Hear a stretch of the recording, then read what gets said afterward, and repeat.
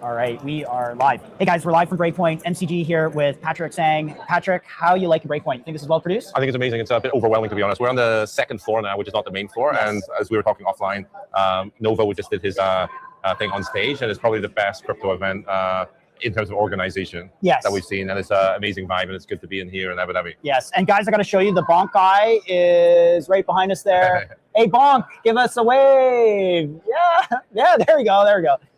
So yeah, we're on the DGen floor, which is the second floor. Sorry, meme coin floor. I didn't mean DGen.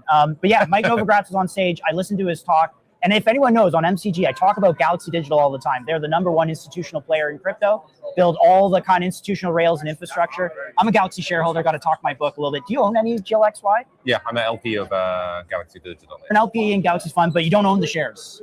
We're just a fund. We're just in the LP of the fund. Yeah. Well, would you own Galaxy shares? Like, would you ever go buy the common stock?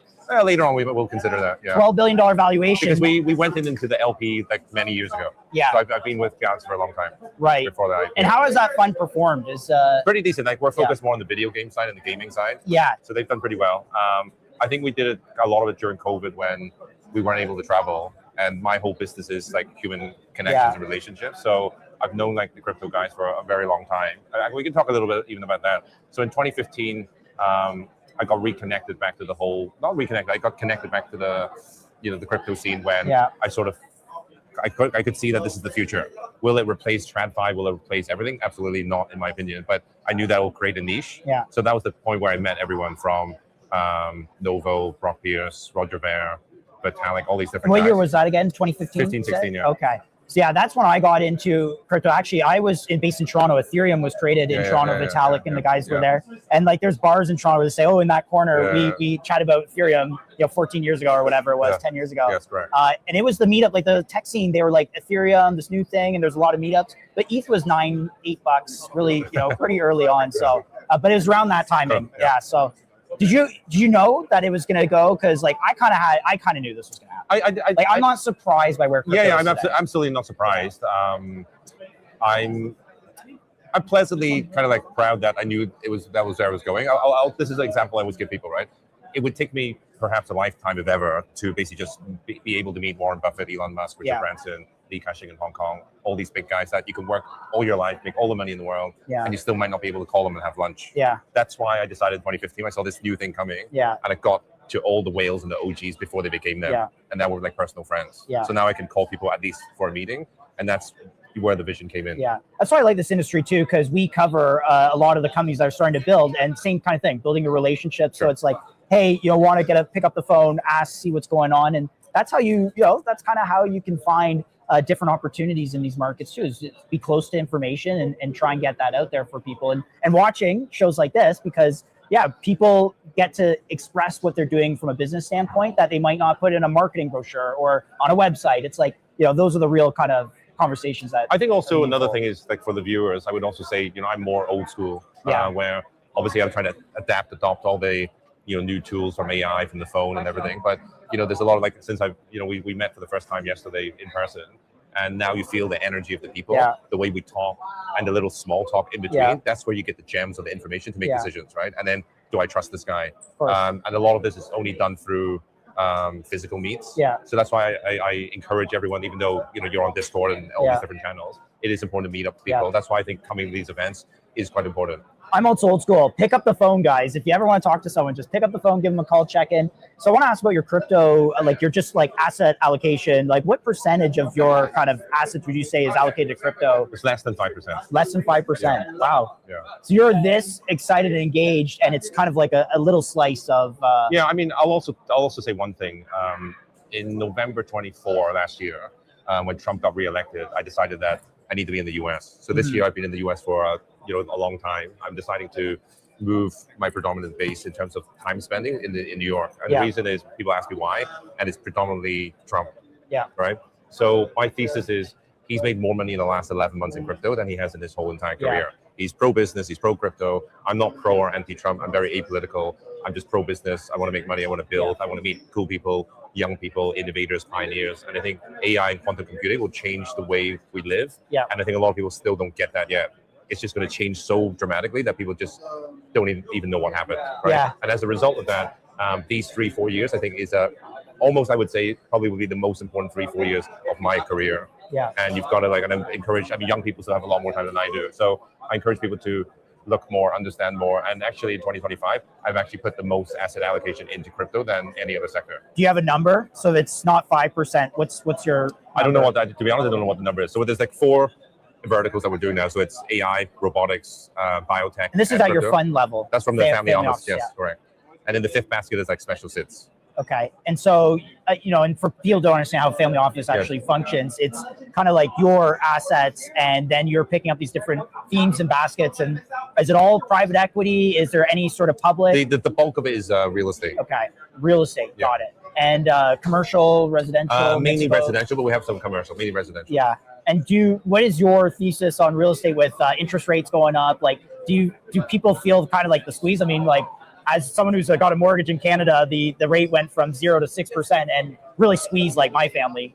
So, like, do you feel that at your level, or no, do you own enough equity? Yeah. So basically, this was started like a long time ago by my grandfather, and what's happened is they didn't really like debt, which is kind of like not the most financially savvy, but in the long run, it actually worked out better. So we don't really have that squeeze in terms of the crunch. So I think we're also, another topic to talk about is if you look at all the meme coins, all the altcoins, going through this whole, the 10-10 kind of like recycle, a lot of people got wiped out. So actually people like us in this position, we're actually very fortunate that we can deploy capital in a very undervalued market now. So that's another amazing opportunity. So the diversification, great. And okay, so your family based out of Hong Kong, right? Correct. And is that where you grew up? Like, where did Patrick grow up? No, so my grandfather, I'm 14th generation Hong Kong. My grandfather moved to the UK in 1956 on a boat in 2 months. Wow, good for him. And then he opened a number of Chinese restaurants, and one of them was in Belfast, Northern Ireland. And my dad was 16 at the time from in Hong Kong. He was a village boy. And then he was asked by my grandfather, you had to go to Belfast to manage the operations. So he managed the businesses there.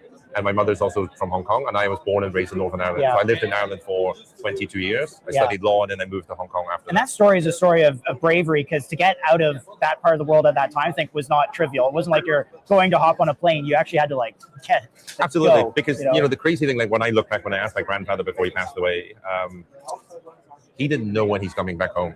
And my great granddad had 5 wives. One of them left, and so I guess officially 4. So we're in house 1. And my granddad was the elder son of the elder son of the elder son. So he was kind of like responsible for everyone.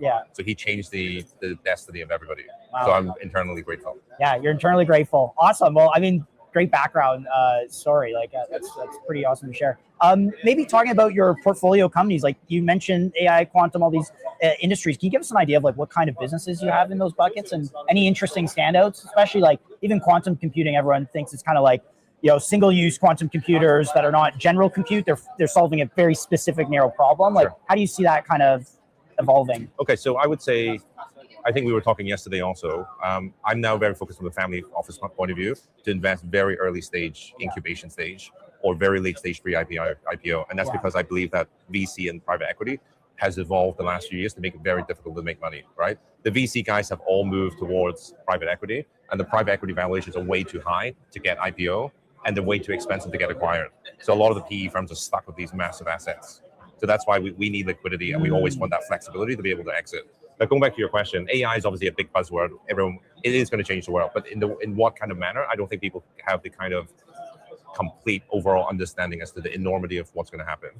Now, I don't want to invest just into, Perplexity, Anthropic, all these big companies, which are in like $200, $500 billion valuations. OpenAI is massive. By the time the general public, like you or me, know about these deals, even though myself, we have an extensive network, it doesn't mean that I get the next Anthropic, right? By the time I hear about Anthropic, it's already a $200, $300, $500 million valuation. And as a result, the 10x, 20x, 100x hit doesn't really happen. So that's why I'm not as interested in that. However, the AI component that we would be looking at would be AI-enabled software that allows it to become the next. I mean, basically what will happen later is, for example, like blockchain. A lot of blockchain technologies is already seamlessly applied into a lot of the apps that we have. AI is already applied to Google and different kinds of apps that people who are not involved in the industry will be thinking, hey, I want to do AI, but you're already using AI. So I think that's where the next step is everything is AI, everything is already blockchain enabled. So I believe that we should be looking at software companies which is using AI to solve its problems. And that's what the important things are. I think also the other thematic would be robotics is a lot more sexy and rewarding for a lot of investors than AI, and a lot more hard to come by because everyone kind of like got this whole AI gold rush. But I think with AI, it is a little bit overvalued in my opinion, and the robots still have a much longer way of doing it. Now, the interesting question for me is, how does the US, with the innovation that it has, where do you manufacture all these robots? I mean, that's a difficult question to answer. And ultimately, Right now, led by China. It has to be done by China because you're looking at Vietnam, India, Taiwan. They don't have the capacity or the talent to be able to do that. And I think we were also talking offline where Chinese PhDs who are making iPhones and different kinds of chips, they're being paid maybe $10,000, $15,000 a month, quite a high pay to do these quite monotonous jobs where they're working 10, 15 hours in a factory doing nothing. In a very quiet, you're not talking to anyone, and it's just heads down, you need to do it. And that kind of mentality trait of a Chinese person is not really in other nationalities. And in America, even if I pay you 30K to do it, you probably wouldn't want to do it. Not for 30K. That's the point. No, even if it's 50K, you might not want to do it. People just don't want to be sitting down doing a monotonous job, right? So that's another big thing. So, I mean, leading back to SOAR, which is why I believe that, I like the disruptive technology.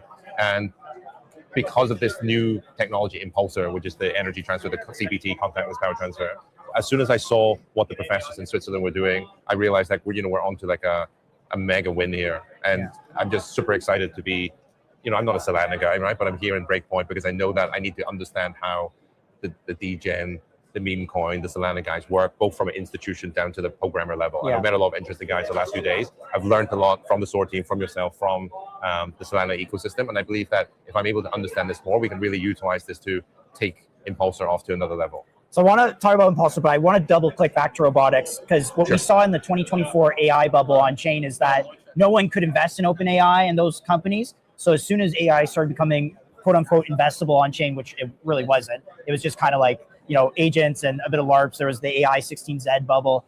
But people for the first time felt like they could get some exposure. And that's why those tokens, I think, did really well because there's not really good private or public equities that represent that. Do you see the same thing playing out with robotics? Like, honestly, at MCG, we've gotten a number of inbounds for robotics companies on chain that want to get on the show, but they're all software based. Hardware robotics is extremely difficult, but there's nothing investable right now that I can point to that's hardware robotics at an early stage that's on chain. Do you see something like that coming to either SOAR? Maya from Street said he has one lined up for January. I don't know what your thoughts are on physical robotics companies coming. Absolutely. So as most of you know, I'm a professional investor and I like, frontier tech. We've invested in space tech in a company in Texas. There are a few robotics companies that we're looking at and watch this space. We're trying to bring it onto SOAR, but it hasn't been finalized. So I'm not going to say too much. Are they US based or Chinese based? US based. Okay. And what part of the robotics ecosystem are they building? Are they building a little Boston Dynamics dog or humanoid? Humanoid, okay. Humanoid that will do specific tasks in your home. In your home. Got it. Is it the one looking over the... I'll tell you later. Okay, yeah. He's trying to squeeze me all this info. Yeah, hey man, I got to do my journalistic duty, right? I need some shawarma and drinks and things before I'm going to. All right, later. No. All right, that's very cool. And what would that look like? Like we've seen CPTs a 6% float, whatnot. Do you think they'll be less than 1% or 1% float? Like, how do you think those launches mechanically might look? I think. And what kind of valuations can you see for these things? Right. To be honest with you, I think SOAR is still at its beginning. Yeah. It's still at its genesis. They're still working out how to best do this. And I think one of the key things is for the investor or for people who are participating as a member in the DRP standard, the major breakthrough I think will happen when there's some kind of liquidity event that people see that is actually real. Yeah. Because there's still a lot of skepticism. Because I think a lot of people on the SOAR platform, who a lot of them are crypto native, they don't understand, in my humble opinion, about TradFi. So TradFi, we look at the numbers in kind of the crypto native tribe, as it were, are more emotional and looking at patterns. Yes. And looking at patterns, the chart specifically on what people are doing, how they're in. We talked about this yesterday. Most of them are gambling addicted, and there's a lot of It's like a game, right? And they're playing a game of crypto or meme coins or altcoins that they've been doing for a number of years, right? But we're trying to change this dynamic. No, but listen, right? But the thing is, the game of TradFi is another game. So my only way of looking at it and analyzing this is it's like applying American football to rugby. Yeah. And then you're using rugby in America. It's just two different games. So you've got to have the mindset of taking the caps off and you're playing two games and you have to play in different way. I'm trying to be able to dip my toe in both sides right now. Most people are either A or B. Yeah. And I think we're trying to try to merge A and B as closely together as possible. And so what that really means is with CBT, you're being transparent, creating content on X, publishing stuff to the SOAR artifacts. And then on the investor side, it's more about people like kind of believing in something real, that what they own is not just like, you know, a business meme coin. There's a little bit more there. And Absolutely. So have a longer term view. And yeah, absolutely. I mean, like, a lot of it's financial literacy, to be honest with you. Absolutely, also, of course it is. And I would also point out to everyone that if you look at Elon, Jeff Bezos, Steve Jobs, Richard Branson, all these guys, they all became like figureheads and celebrities of their companies, even more Buffett for that matter, right? And they tweet, they go on Facebook, they do Instagram, they chat all the stuff on socials, right? And the thing is, what the difference between them and us is that they're like already a multi-billion-dollar company. They have all the resources, and people want to listen. And multiple comms channels too. Obviously, right? And there's actually traditional media after them. So how I see this, which is quite interesting, kind of like an experiment also for us, which is we want to see how it works for startups. So we're kind of doing what they're doing. Like, let's say they're in a Hollywood movie. We're kind of like shooting our own homemade movie, but it's kind of following the same path as what they're doing. And hopefully through this exposure of social media and educating people where we are, we can actually do this job of merging Web 2 and 3 together. So it feels like what's happened in the last 60 days has been very like, it's kind of like the wedge that's about to open the door. And do you see that for next year? Like we had, you know, a handful of, let's say we had a dozen Believe launches that were real. We've had a handful of SOAR launches, handful of MetaDAO launches. If you look to next year, like, are we going from handfuls to thousands? I would like to hope so. I would only say, would there be a bandwidth issue? Can we actually do thousands? Theoretically, absolutely yes. But from a liquidity standpoint, there might not. It's not even about liquidity. I think it's about the manual process of can it actually be done in so much, right? Second thing is, like, if you end up doing thousands, it means that you're doing 10 a week, which means that there's a launch every day. Would that end up affecting the quality of companies, or just launching like crappy stuff out there, right? The second thing is, like, SOAR or any other launch pad, they will need an AI system that is able to go through the due diligence and the process very quickly and accurately. Because there's no point just launching stuff for the sake of it. It's got to be like good stuff, right? So as a result of that, I think it's probably not possible, but it's the aim to do as many as possible. But I think next year is quite interesting. I think if we look at in a year's time when we come back to Breakpoint here, let's make a commitment we'll come back, right? And we will do this, question again. And I think the leaps and bounds of the progress will be so huge that it'll be quite, I think I'll be quite amazed at what's going to happen. One thing people talk about on our show a lot is who is buying these CPT or these SOAR /ICM /ownership tokens. Right now, it feels like it's a lot of kind of us, the degens in the trench, and people wonder, like, is there enough interest there to even kind of push these to escape velocity where, once people start doing well or see a chart doing well, they say, hey, like, what is that? Pay attention. And then that attracts kind of the non-crypto native capital. Absolutely. Do you see like an area like liquid token funds? Like, when's the institutional VC fund that says, look, I want a piece of something like CBT. The only way I can get it is by buying it alongside everyone else. Sure. Like, when does that happen? Because that's what people want to know, is that they're buying, but there's someone coming in after them that's buying at a higher valuation. Kind of like how VCs have been running for the last 20 years. Sure. I would say, I think there's three groups of investors or people participating in general. So the first group are kind of people like you who get very excited, they're very eager, technical. I don't want to use the word degen, it's kind of like very passionate. Technologist type. And then you get the type who are not as passionate in one way because they maybe don't have enough time. Or they're traders. Or they're traders and they're more hobbyists. The first kind of more like trader types where they see there's action. And then you get the technologist side. Then you get the more retail side where they see, once they see something that becomes a trend, then they start buying. You're kind of like more on the trend setting side. And then once these 2 or 3 components are in place, then I think the institutions will come. So for CPT, in this particular case, it'll take maybe a month, 2 or 3 months before I'll see institutions coming in because we're still relatively quite new. But what I would say is I'm also testing to post as much content as possible, go on to X as much as I can. I'm a lot bigger on Instagram and LinkedIn. I've got like 160,000 on Instagram, I've got like 45, 70,000 on I gotta add you on Instagram, okay.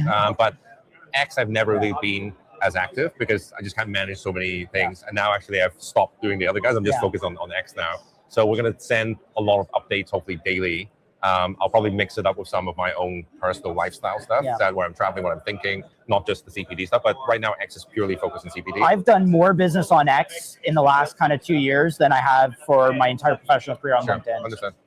Fair enough. I agree.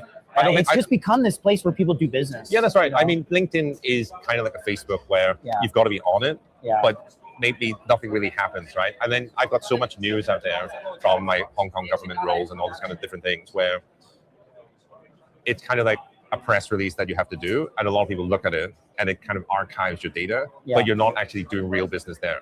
But indirectly, people will search for you on LinkedIn, so they'll see. So you have to, like a resume. You still have to do it, right? Instagram is kind of like more personal. It's more of a personal brand, and X is a bit more real time, and it's a bit more authentic, and it's a bit more relevant to business that we are doing. Yeah, awesome. So coming back to Breakpoint, we're here in the halls. Abu Dhabi did Finance Week. Mike Novogratz talked about it. The gentleman that heads up the, I guess, financial regulator here spoke and just said, we have, in this week alone, we have half the world's wealth represented. Is this the place to do business? Like, what it brings you out here? Just the ecosystem? Like, so I've been traveling to the Middle East since 2003, which is like 22 years now. And it's just an amazing transformation what they've done. I would also shout out to Hong Kong, where the model that they follow was actually Hong Kong, Singapore. So they've done an amazing job. It's truly global, it's international.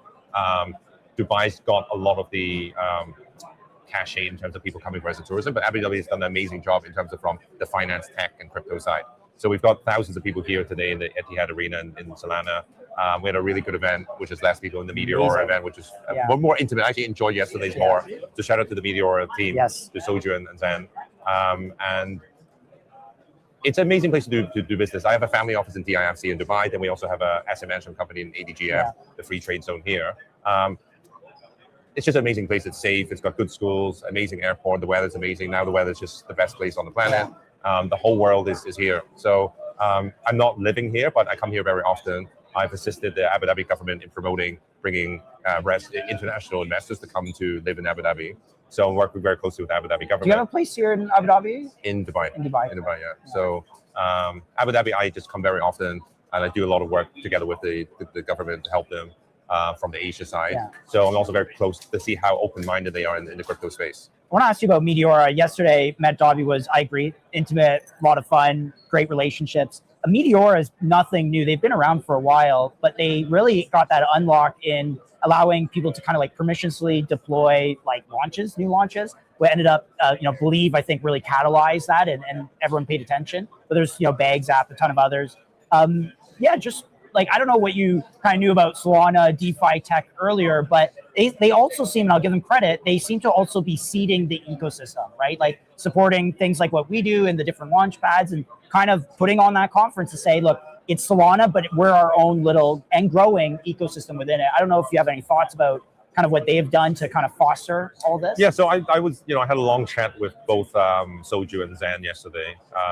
Really smart guys, and I'm very proud of, I would call them kids, very proud of these kids from Asia. Usually Singapore, I know disrespect to my Singaporean friends, is usually not as entrepreneurial as other nations like the US and so on. So I'm very proud that there's an Asian kind of flag flying what they've done. They made a number of cool announcements yesterday. One was like, they essentially want to create like a super app, which is what Elon's been trying to do for a long time.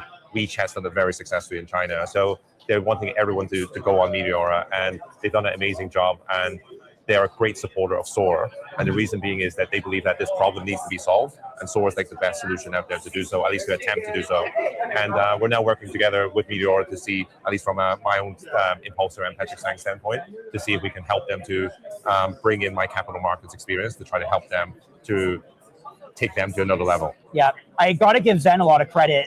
He's the founder of Meteora, but at the beginning of this year, he brought Soju in, who seems to, he's co-lead, official title, but he also seems to kind of play I don't want to say a CEO role, but very much a leadership role to say, hey, we need to see these ecosystems. We need to invest in other parts beyond the technical infrastructure to move the needle here. I don't know if that reflects in your conversations with them. Like, how do you feel? A little. I believe that, I think when they started, it was just a bunch of geeky developer guys, right? And they've got to such a big size and such a success that they really need professional help in terms of management, because now it's not just a few guys at the startup. It's like a proper ecosystem, and it needs to take it to the next level. And that needs a lot of help, but it needs a bit of courage and open-mindedness from the management to allow new senior guys to come in, and that's where sometimes a lot of fireworks are lit. For example, like when Steve Jobs got all these professional guys when he got fired from Apple, that kind of stuff can happen, and that's something that they have to be very aware of.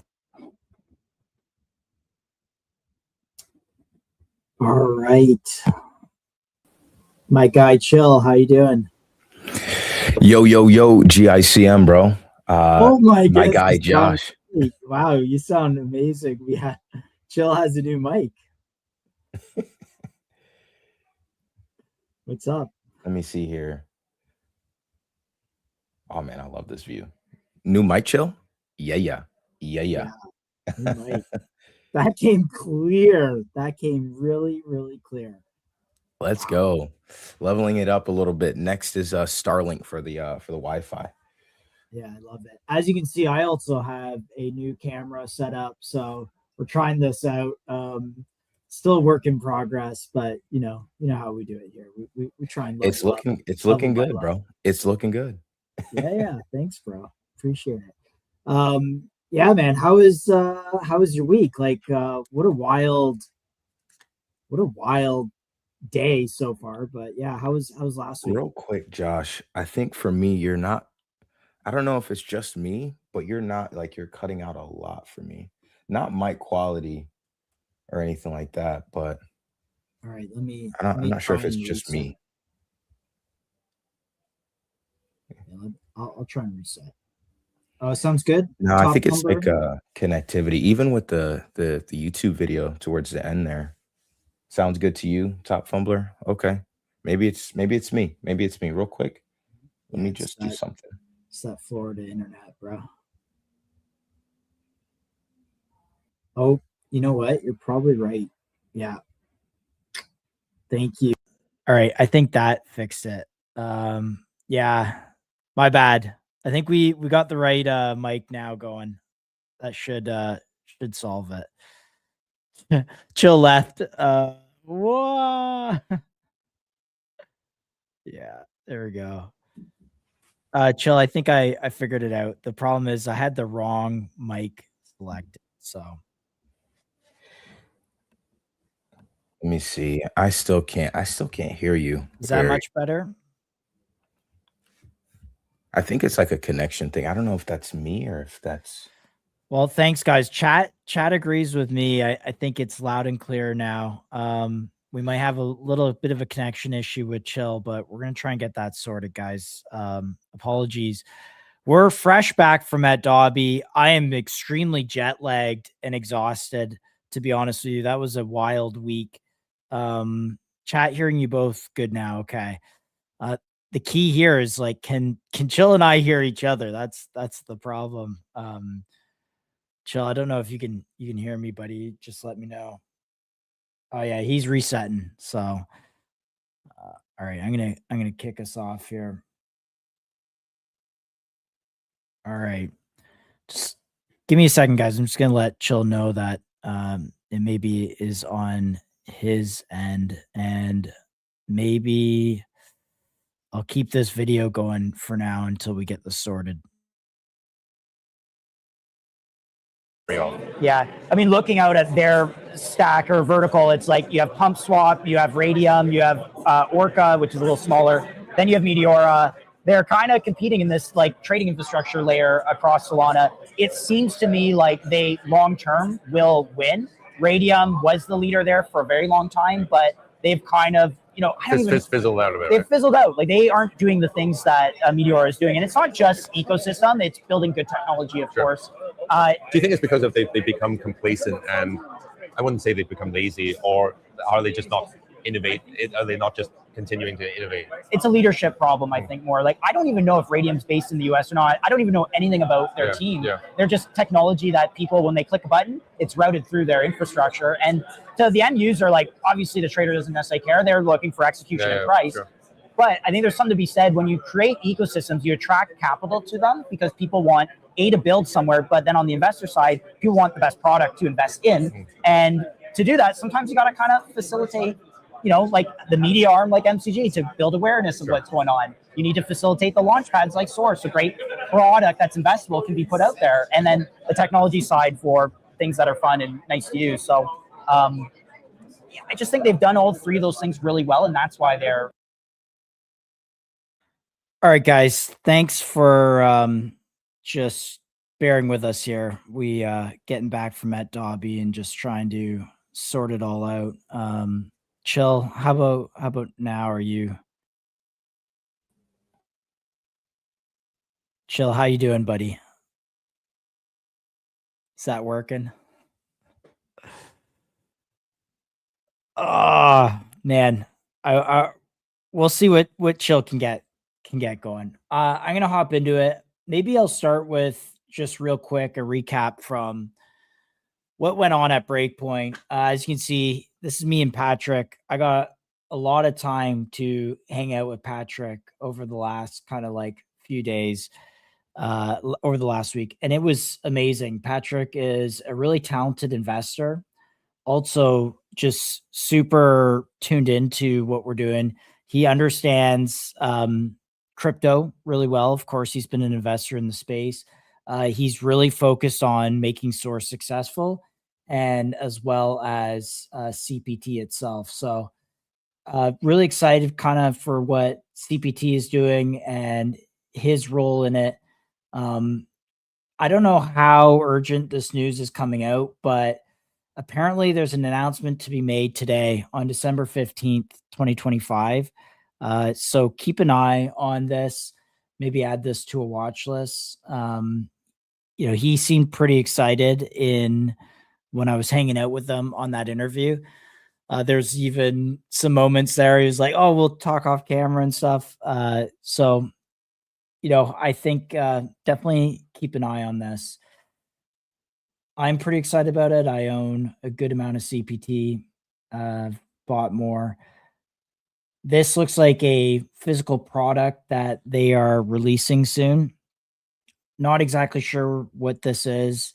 So we'll hear a little bit from Patrick, ideally today, and might even have him on this week. So, Impulsor, keep that on a watch list. That's the most kind of immediate information, I would say. Not a whole lot going on this week, so maybe we'll start just doing a recap of Met Dobby, and then play this.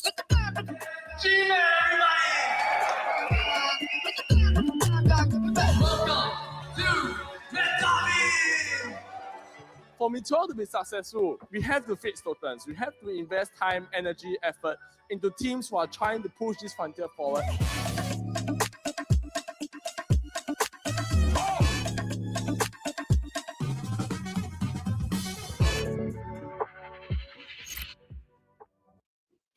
So Met Dobby was a wild success. I just gonna say it now. The Meteor team is brilliant on putting on events.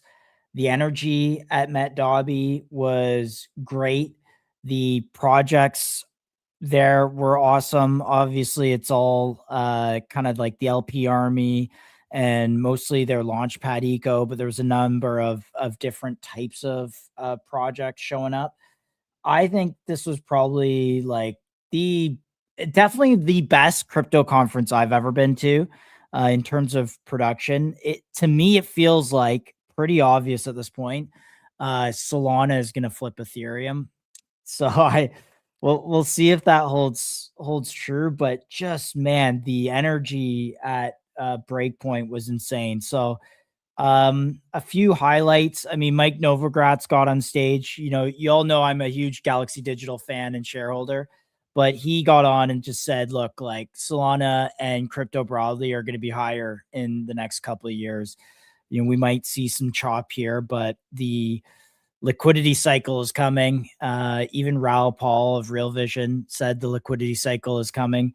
And I know people have been kind of waiting for that for some time, but it just felt like Solana at $140 or $130 or $125 today, compared to the beginning of the year at $250 when Trump dropped his meme coin. Like Solana today feels like it has a lot more substance, a lot more of the right type of energy. And it feels like the last kind of few months, especially with the ownership token narrative really taking off, we're headed in the right direction. So that to me kind of highlights everything going on at Met Dobby. Meteor announced a number of different things, one of which was a $10 million buyback on the Met token. They also really dove into kind of some of their tokenomics. So they have an expense of 2.7 million. I believe this is over the entire quarter. So, I mean, that is a pretty lean runway. They've made about 1.7 million in investments, and then they bought back $10 million with the remaining reserves of cash being put back into a Met USDC liquidity position and then some into a treasury. And there was some note on the size of this treasury here, but this just shows, 3 months, October to November, in a pretty choppy sideways tape, downward tape. The numbers look pretty good. So I think there's a lot that Meteor is doing to kind of push the ecosystem forward, and more so than I thought from any other ecosystem at Breakpoint.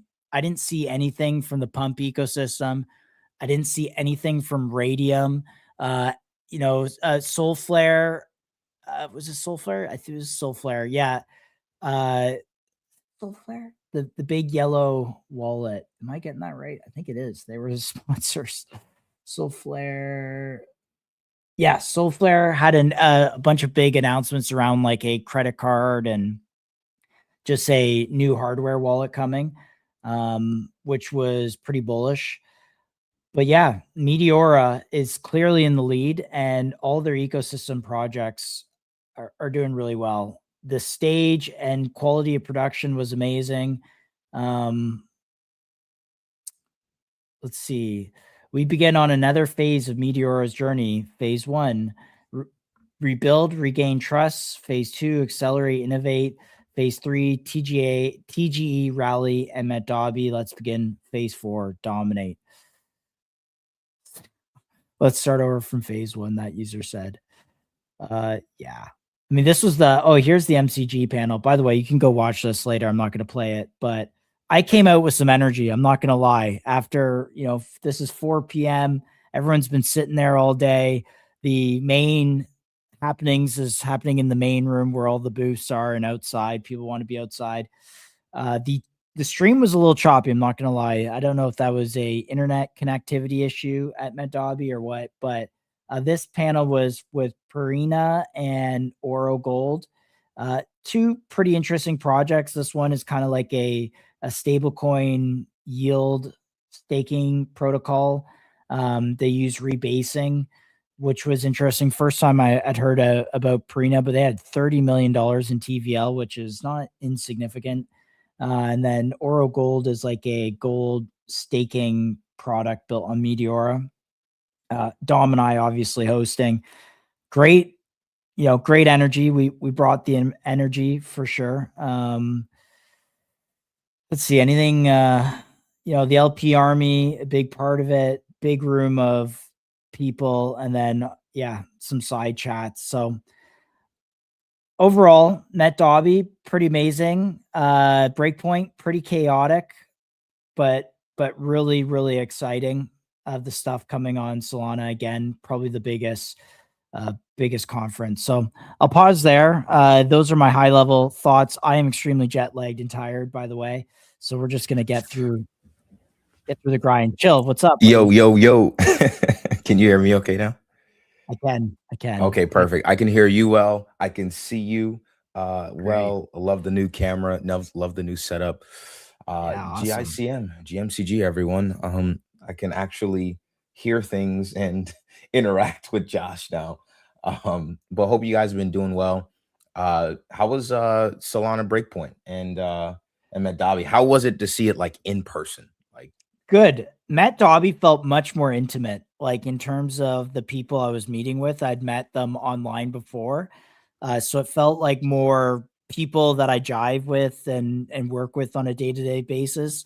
So that was great.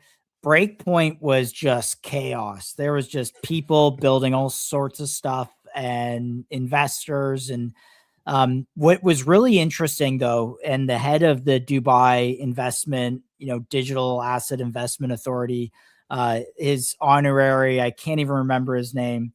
He was the first person to speak at Breakpoint, and Breakpoint came on the end of Finance Week in Abu Dhabi. And it's a 1 week. There was 5,000 companies, 30,000 delegates across the finance industry. And he said half of the world's wealth, something like 50 to 80 trillion dollars of assets under management, was represented in this 1 week in Abu Dhabi. So it was very clear that Solana was taking part and taking advantage of such a large festival of finance at the highest levels of finance in the Emirates. So that I thought was pretty interesting. That's awesome, bro. No, I was watching some of the interviews. I mean, the homies are linking up, right? You got Patrick from CPT. You got Mercy from ICM.run. I saw you guys linked up with the 11 a.m. Chads as well. So yeah, that's awesome, man. That's awesome. I wish I could have been there. I wish I could have been there. While you guys were gone, your boy was here, predicting these market moves. I don't know if you guys remember. I'll pull up my chart a little bit here too. I don't know if you guys remember. Please. I saw the Head and Shoulders thing. Shout out. Is it Bones? I believe Bones. Yeah. Bones post. I use that for the title, Bones. So in case you're listening, I appreciate you. a little inspiration, a little iron sharpens iron type of thing going on over here. Bones actually posted about the Head and Shoulders on his Twitter earlier today. Actually, I'm gonna pull that tweet up here real quick so you guys can actually see it, because I think I like the way he pictured it, and I think this is everyone's base case right now. So you have this left shoulder over here, you have the head here, and you have this right shoulder that looks like it'll kind of form underneath this EMA line. And if you guys remember the interview last week with Bones, he talked about this 314 EMA line that he's kind of used to guide his high time frame views. I know we've used like the 50-week EMA or SMA, I believe, but he uses something a little bit different. So he's kind of eyeing for this right shoulder to form here on Bitcoin and for us just to completely roll over. I think that's everyone's base case, and I am the lone bull. Maybe a few other bulls there, but here with me. But I think that there's still some juice left some gas left in the tank. There's still some juice here in the markets for 2026. Look, we called the bottom in April, and I don't know if the bottom's in yet. I wouldn't say that. Maybe I should say, I don't know if we're ready for reversal yet. Whether we breach below 80K, I don't know. I'm not sure yet. It's likely, it's a possibility, but at the end of the day, we called the bottom in April, and we'll get the high time frame reversal right this time around as well. I feel like anyway. But let me show you guys my chart real quick. Last week, I talked to you guys and I said, look, there's Head and Shoulders forming here. At the time, some of these candles didn't form, but it looked like a Head and Shoulders on a lower time frame on the 12-hour, right? But then I also said, look, guys, we are forming a bear flag here as well. This is a bear flag that's kind of forming on this chart, and I expect it to kind of puke. I mean, I hate being a bear. I'm a bull. Look, I'm a very vocal bull. That's why we caught the bottom in April when we first started the stream. And that's why I feel like we'll likely catch this bottom here as well. But this bear flag has been forming. We're running also into this red supply zone that I have marked out here. So there's just a lot that's happening that's indicating, hey, look, there's still probably more downside. At the very least, we need to be open to the idea of more downside. So I don't know if you guys noticed, I was posting about this like all week. Like, I haven't really posted a lot. I don't know if you guys know that, but I haven't really posted much last week or so. But the only thing I've Yeah, been posting was dude. this chart. This chart. Yeah. Okay. This is Yep. the only thing I've been posting like these last, just to indicate that, look, guys, like downside, we got to be open to it. I'm a bull, I get it, but all the way back, like last, I think this was about a week ago or so, we noticed the head and shoulders forming. We noticed the bear flag forming here, and it's just like we just have to take note of it, right? We just got to take note of it. So that's what we're doing here. So the question is, what kind of targets do we have? What kind of downside are we supposed to be expecting? Is everything over? Is it time for things to roll over? Is the head and shoulders on the 1 day? Is that something that's gonna play out? Honestly, I think this chart here is a really good answer to that question. So last week we talked about this as well. I said, this part of the chart here, there was also this bear flag forming, right? And then it puked down, but then it popped, consolidate, and just kept going from there. So the question is, are we in a similar situation here where we are now? We kind of formed this bear flag, we're in a key demand zone. Are we gonna pop down here, potentially make a new low, pop back up, consolidate, and then keep going? Is that's what's going to happen? I feel I've been saying this almost every single stream. I don't think we're going to V-shape recover out of this pattern here. Why? Because somebody blew up on October 10th. When the market flash crashed, somebody blew up. We don't exactly know who. We know that there's been a few sellers at the market open at 9:30 a.m. every morning for the last few weeks. Someone has been dumping, and that's why just vibes kind of feel a little off here. Like other things are pumping, but it seems like the only person that's wanting to buy wanting to buy Bitcoin is the homie Michael Saylor. That's why like the supply looks like this, but the demand only looks like Saylor wants to Oh buy, man. Yeah. right? This feels accurate. So the question is, where do we potentially stop when you look at the big boy chart here? And I saw So casually LB had a $150,000 collateral 40x short. So I think notional it was like, I don't know, like $6 million short on BTC. dang, Just saying oh it's my going to gosh, 60K. 60. Oof, I don't know about that one, LB. That's what Chat, I'm saying is love like you, man, but people who are bullish but are just like shorting this thing right now. so last week, and that's why I think again, everyone is on that one head and shoulders side of the trade where they think either A, we just continue like puking down all the way to the lows, breaking through some of this key resistance that we're at, this key resistance level that we're at right now, or not resistance, I'm sorry, this key support level that we're at right now. I think a lot of people are just like, yeah, we're gonna just puke right through this. That's number one. Or number two, it's the bones thesis, right? Where we'll recover, but it'll be a right shoulder, and then we'll just sell off into oblivion. I don't think either are correct, in my honest opinion. Let's talk some targets real quick. Last week, I shared with you guys a few targets that I had in mind for this Bitcoin price action, some downside targets. As you can see, got a couple. We cleaned up this low here, but I also marked off this low last week and this low last week. And I said, hey, we have this sort of SFP right here. So let's see if that acts as any sort of resistance. But we have this low that we need to take out, or could potentially take out. We even have this low. So the door is open to 80K, sub 80K even. But I've told you guys many times that, and you've seen it on my charts all the time, my invalidation is here at 75K, right? Like if you look, that's where my invalidation has been on everything. Like you see this is my invalidation point. I don't think we're going to go below 75K. I'll go out on a limb and say that. If we do go below it, I don't think we close below it on a high time frame. Like you see what we did what we did back here.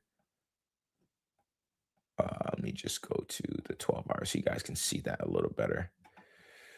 You see what we did back here? We kind of like wicked below that 75K area right here. We wicked below it a little bit, but bull stepped in and we were off to the races. I think at the worst, we could experience something like that. But personally, I think we still, we still got some consolidation here, some chop at the lows, and then the bulls will, clean up house. And in 2026, we're off to the races. Look, Trump and Besant aren't going to be bullish, and I'm not going to be bullish. Last week we said it. They literally called the bottom in April. They said, look, we're going to pump markets. Markets are going to come back, and then bang, like it came back. And then they've been telling us exactly what their moves will be. And now they're saying, hey, look, we're telling you guys 2026, so that whether that means they're turning on the money printer, whether that means, whatever that means, I'm bullish alongside them. I'm not going to fight them on this, right? So yeah, just something to be aware of there. I like it, Chill. This feels contrarian at this point, so I do like it. That's the views. Let me just briefly. Yeah, go for it. Go for it. Do your thing. Real quick, let me just briefly look at ETH. It did break out. This could act as a retest. Let's see how it does. I'm just interested to see what some of these other majors are doing. Solana showing incredible strength. Last week, we highlighted how Solana, based on the Sol ETH chart, or the Sol BTC chart, that actually looked like it was going to be strong and kind of outperform Bitcoin here. And it looks like it's holding up very well. And even on this weekly chart that we pointed out last week, we see that according to this chart, Solana is still very much in line to outdo or outpace Bitcoin here in the short term. So that's looking good. Still holding, key support levels here on Solana. Let's see how much it does. Let's see how much it actually holds at, because we're literally at support and we're seeing not much of a reaction. Fartcoin continues to hold up pretty well, and that's that. That's it. That's it for the high time frame charts. Let's dig into it. Yeah, and to be clear, guys, I'm looking at my screener and I'm not seeing much. Yeah, you know what I'm seeing though. Talk about, but you know what I'm seeing though. What are you seeing, Chell? Bunch of token holders getting ripped off again. Here we have it. Circle. I don't know if you saw this. They're collaborating with Axler in some way. They've reached some sort of agreement, and they're going to be like brought into the Circle team. But it clearly says here the Axler Foundation and AXL token are not a part of this acquisition and will continue to operate independently under community governance. So like literally an ad for ownership tokens, an ad for the MetaDAO model, for the SOAR model, just for ownership tokens in general. And so we continue to see this Circle can afford to do something here too. Yeah. AJC says it best. Another day, another set of token holders getting absolutely wrecked. Yeah. So yeah, we need to do something different. Good ads for ownership tokens.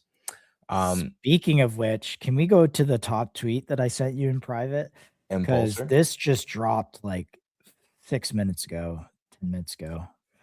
We are taking our first steps to DRP1. This week, we'll be burning 93% of the total supply. This step comes directly from your valuable community feedback. We listened closely and decided to make it happen. The complete transition to DRP 1.0 will take place in Q1 2026. Your token holdings are completely unaffected. Huge. I had people hitting me up in the DMs. Friend of the show, Johnny Fapp. I don't know if you guys remember him. He came on stream I think a month or two ago, but he was like, whoa, like, are they serious? 93%? They're burning 93% of the supply. I said, yeah.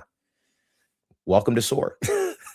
Welcome to the DRP 1.0 model. How do you read this? So I looked at DRP tokenomics, but let I'm just gonna tweet this out. But yeah, any take on this tokenomics and what this structure, how this came about? Yeah, actually, I believe I wrote a little something about this, and I think this is perfect for this conversation. Here we are. So this is the new SOAR model explained. Very simply, TLDR, it's the same structure as before, same ownership model, but there's no, and I want to emphasize this, there's no perceived supply overhang. Because as we know, 90% is over 90% is locked, the supply. And a lot of people confuse that with, oh man, this is a low float, high FDV scam. They're going to dump on us. Who's holding this 90%? It just caused a ton of confusion, mainly because people failed to read about the DRP standard. Regardless, though, the team recognized that this confusion was happening. So this is the new standard. Teams will be able to mint new supply if they want to increase debt with SOAR. To do this, they would need to be live for at least 3 months. They need to submit a proposal to the community, and they need to file a public disclosure. And then after 3 days, they'll receive the supply if all goes well, and the feedback from the community is positive. So to me, it just kind of showed that SOAR is listening to the community. It shows that they're willing to kind of meet traders where they are. But that's my overall take on this. I think this is very bullish. This is very bullish on SOAR as a model. The fact that they're reacting, and they're reacting this quickly. And then the other thing is, the new like supply dynamic, it won't confuse traders. It won't force traders to ask more questions. It will likely, in my opinion, attract more traders and give some of these launches the visibility that it needs. I remember the launch that happened last week while there was this, I think it was like Wednesday or Thursday, like there were projects launching everywhere. There's a project launching. That was when Surf launched. And then the same day SOAR had a launch. And people are like, wow, like these things, people are hitting me up now like, hey, like some of these new launches, they're sitting like sub 100K on SOAR. And these things are absolutely massive. So with the new 1.0 standard, people are actually starting to get it, right? They're actually starting to understand how undervalued some of these SOAR projects really are. So yeah, I think it's bullish SOAR, bullish all the projects that launch. There's a number of announcements coming out this week, is what Patrick has alluded to. So keep notifications on the Impulsor account. I think there might be something interesting. We need a runner on SOAR for this to get 100%. noted. This is something SOAR has missed. Overnight, think about it. You own 20 bips of supply today. And because of this announcement, all of a sudden you own something like 1.1% just off that, which is pretty wild. So I think if this gets picked up and it might trade higher, just because it was trading at a 21 million, 25 million FDV, and then this is wild. And look, I think that here's a thing that we all need to keep in mind. No one knew about ownership coins unless you were like already, within the ICM ecosystem looking for these types of things, unless you're an early investor in MetaDAO. Like nobody was really like vocally bullish about Futarki and all this other stuff early on. But when people got bullish on ownership coins was when Avicii went from like sub 8 mil when I tweeted about it, we posted about it, like it literally went from, streamed it pre-ICO, fam. I love it. So like we caught on to that one pretty early, and ever since it just ripped and it ran, now it became the darling of CT and everyone's favorite coin. And that's when people are like, oh, okay, like the face, the mask was the up only price action, but behind that mask was all the tokenomics, the ownership, the MetaDAO structure. And that's when people are like, oh wow, ownership super cycle, right? That became the thing. But that started because of the price action, price action attracts eyes, and then what's underneath that price action is all this stuff about ownership. So I think something similar is going to happen with SOAR. Like the mask would have to be an up only token, or like something that like really like, you know, does well on the chart. But then behind that will be, you know, the SOAR tokenomics and everything that makes that possible. So who knows? Maybe CPT will be the Avicii of the SOAR ecosystem, right? Like, I mean, that's kind of been, I think CPT is a massive, massive project, and it does not belong, like from a valuation standpoint, anywhere near where it's currently at. So yeah, I think it's definitely a sleeper. Yeah, I mean, Patrick was meeting with a bunch of people. He met with so here, I'll just share this.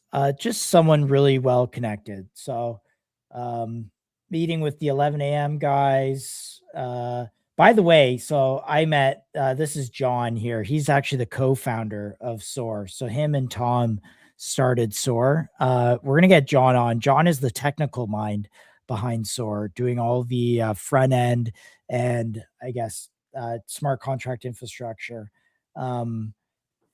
But yeah, Patrick meeting again with Soju. Lily Liu. Oh my goodness. Lily Liu is the president of Solana Foundation. So really well connected. He's getting all the dinners as someone who is super plugged in.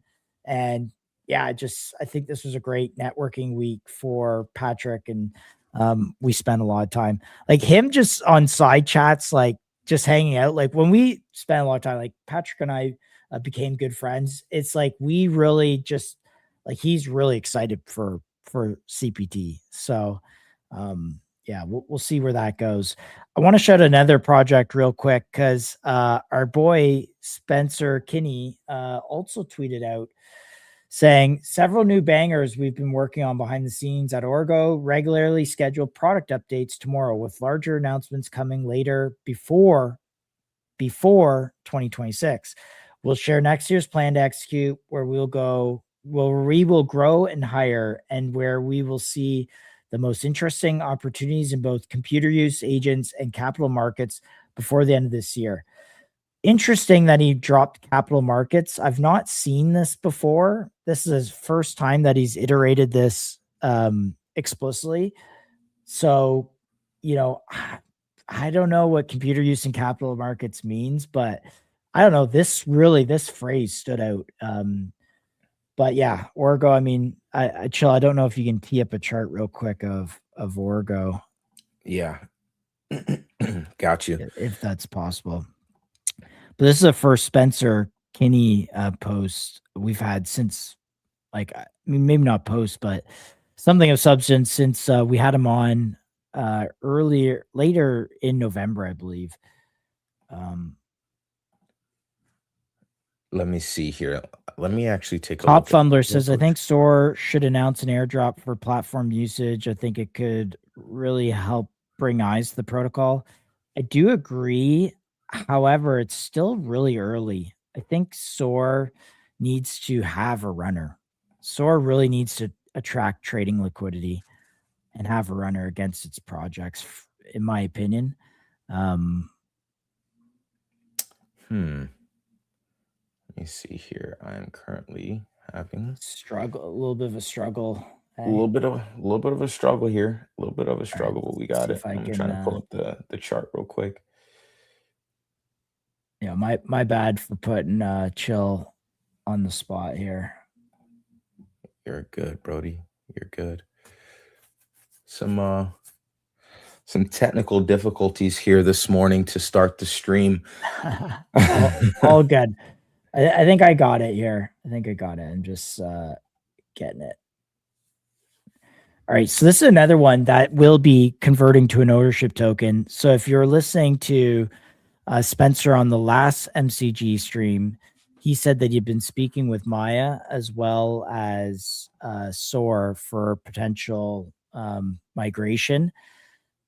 For my own little journalistic integrity, fam, or journalistic digging, I want to say this is leaning more towards street. I don't know specifically. I think that matches kind of what Orgo is already. But, you know, again, don't really know. But either way, I think that will narratively be a little bullish. I'll also say the same thing that I've kind of I'll also say the same thing. I kind of got the same vibe when we were doing the interview, um, because he talked a little bit more about street than Soar, but I'm still interested to see where he goes. Honestly, I think there's a lot from the street side that still needs a lot of questions that still needs to be answered. I know they have like the docs, but I know there's certain things that they can't say, certain, stuff like that. So I'm excited. Whatever street has coming, I'm excited to see them come out with it. We were actually, funny enough, we were supposed to do a panel with my from Street at Matt Dobby, but he got pulled into a different meeting, let's just say. And he had great news from that. So I think you're going to see a lot from Street coming very, very, very, very, very soon. And Oh, shoot. hopefully, because I think the market needs some exciting things, and their marketing has been some of the best. You've seen the videos. I mean, it's amazing. I So. absolutely love their videos and their marketing. Like the one that they did, I think that was like from like Wolf of Wall Street or something like that. I think that was also, yeah, I like their marketing. But yeah, I can't wait to see what they come out with, man. I can't wait to see what they come out with. I wonder if the ERCS standard, is it going to change the token itself? Is it going to change like the CA, or is it going to be the same chart? Or I think there's just like questions like that. Like I want to get some kind of insight on. But I mean, can't wait. Can't wait to see what they got coming. Did you see there was a tweet that was kind of talking about the like banks will be coming on chain in the next couple of years. Let me see that. Let me see here. Was that the settling and clearing with DTCC, or is that something No, else? so this one just came out this morning. Honestly, that's actually what made the stream crash. I pulled up the news article, and I don't know what it is with some of these news outlets, but their websites tend to like just like crash my browser sometimes. I don't know what's going on in the background, but it was this. Bank of America says banks will move on chain over the next several years, and this was a CoinDesk article. It's actually going to tweet this out on the account as well. But this was this is what Bank of America is seeing. Banks will be coming on chain. We know that they're trying to tokenize treasuries, and we know that literally the SEC chair actually also said something recently today. He said, Paul Atkins says public blockchains are more transparent than any other financial system ever built. So basically the world, the government is waking up to exactly what can be possible with crypto, like not just viewing it as this sort of, place where, people degen and scam people and stuff like that. But it's like it's an actual place where very important financial instruments can be built. So excited to see what happens, 2026 and onward. But again, that's why I'm still bullish, bro. Like, look at all these things that are happening. Go back to 2017, most people wouldn't even believe this. All right, guys. Moly. I gave you. If you're not in the MCG Alpha channel, you had this like days ago, by the way. Yes, you did. You had this alpha days ago. We posted it in MCG Alpha. And yeah, so there's the candles finally reacting to some of this news. I mean, to be honest, we've been covering this range, and I've literally been telling you guys, look, the bottom of this range is a very, very key area. Here, I'm gonna pull you up, Chill. Yeah.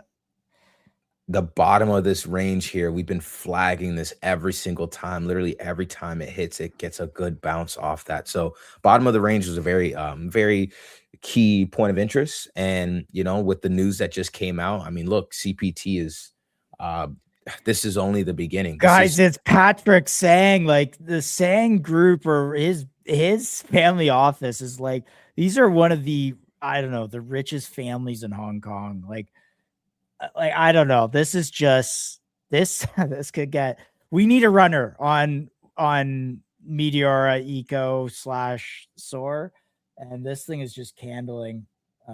So GG's if you're in MCG Alpha, you definitely got this notification. Wow.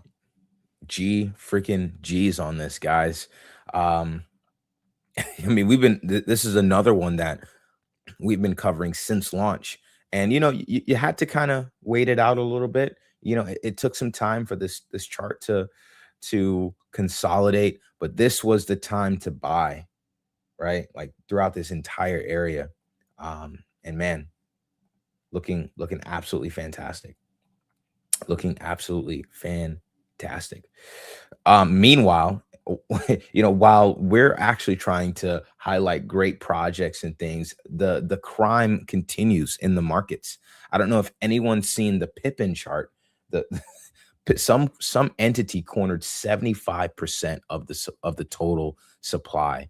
And earlier today, Pippin flipped Fartcoin, like coming from insanely low valuation. So again, like people are just out here pumping like random stuff when in reality, all you got to do is just pay attention to SOAR and what's happening with ownership tokens on the SOAR platform. Wow, look at that. Boom. CPT is going crazy. It's going crazy. Holy.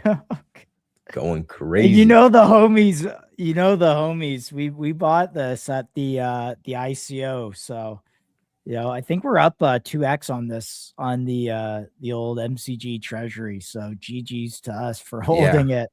Almost 3x here. Yeah, almost 3x. I was buying initially at 14 cents. And then when it pulled back on that first pullback, I loaded at 10 cents. And then it just, now it's going. So yeah, GG's to the homies. Let's freaking go. And I mean, look, this is still only 3 mil at the end of the day. Like in reality, if we thought like something like a Vici was worth, I mean, Vici got to, 100 mil. And it's a great project, neobanks. It has a huge market. CPT comparatively is also a pretty huge project from a tech perspective. This is like sci-fi level, nothing that anyone has seen before. But looking absolutely awesome. Looking really good here on the chart. Looking really good on the chart. Let's see what else do we have? What else do we got? I don't know if you guys have seen this, but only about 464,000 active wallets on Solana dexes right now. Now these wallets, more than likely, we know that, people own multiple wallets. So, I mean, this is something to take into consideration, but it's down significantly over these last few months. So we can see that just trading activity generally is not, it's not where it was right in Q1, obviously from the price action that we can see. And I want to also highlight with that backdrop, right? Because there's that, and then there's also only about 516 traders on Solana. We talked about this chart a little bit last week during the Bones interview as well. But I think with that said, right, dead market, not much, but there's still things that we can do to maximize our profitability. And Game here, friend of the stream, he mentioned something very interesting. He says, just because the market is boring doesn't mean you check out. You still watch, you keep a pulse. The common mistake is trading out of boredom, clicking instead of staying patient and doing nothing until there's an actual reason to act. You observe how price reacts to news and updates. You track what projects are planning and when. You watch what smart money is accumulating, what narratives are forming and build, and where real discussion and attention are starting to build. being inactive in execution doesn't mean being inactive in awareness. And so going back to what Josh just mentioned, look, if you continue to maybe not trade, but you at least kind of kept tabs on what's happening in the market. For example, the MCG TG, right? You got a ton of alpha over the last, like, honestly, since the start of December. We've been since about December 5th. We've been actively posting some things on the TG about CPT and about, you know, developments, calls, things that are happening, things that are being shared by founders, that, you know, wasn't really on CT. And you could have, and you knew about this, you knew about what they were planning, you know about this from the MCG TG group. So definitely something that you want to, you know, pay attention to, something that you want to, you know, get into next time the invite link goes out. But this is a means of staying aware of what's going on in the market, understanding that where the narratives are forming. Because when I read this part, what narratives are forming and where real discussion and attention are starting to build, when I read that part, I thought instantly of ownership tokens. Instantly. We covered earlier what happened with the AXL token. They got acquired. The company behind them, anyway, got acquired by Circle. Unfortunately, they did not take over the token. You know, the token didn't come along for the ride.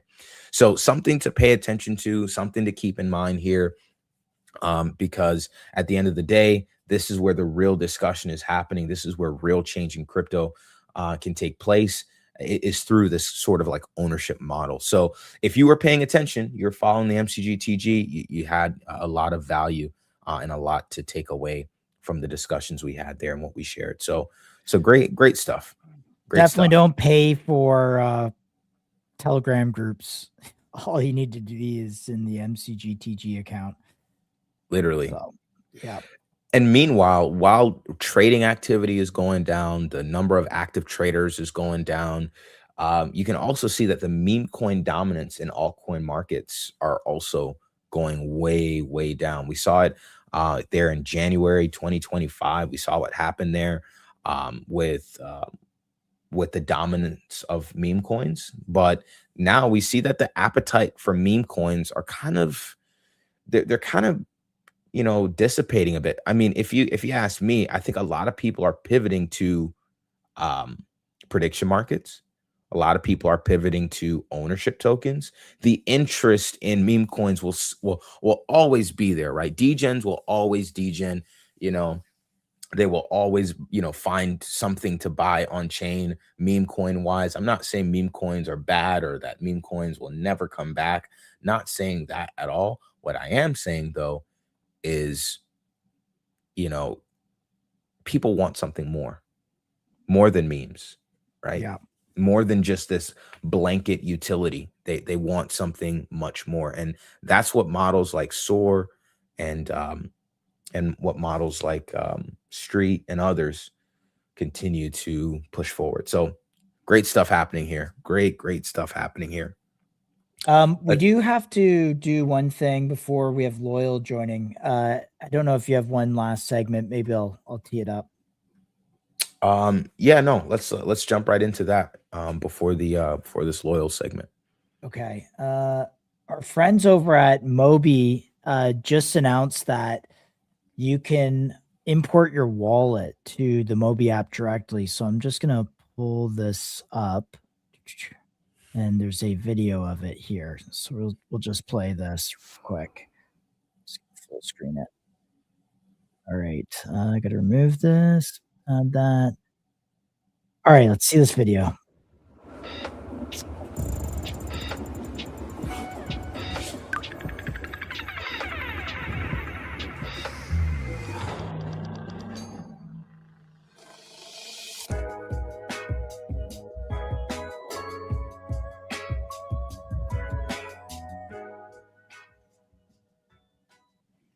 All right, that's I actually kind of like the guy going.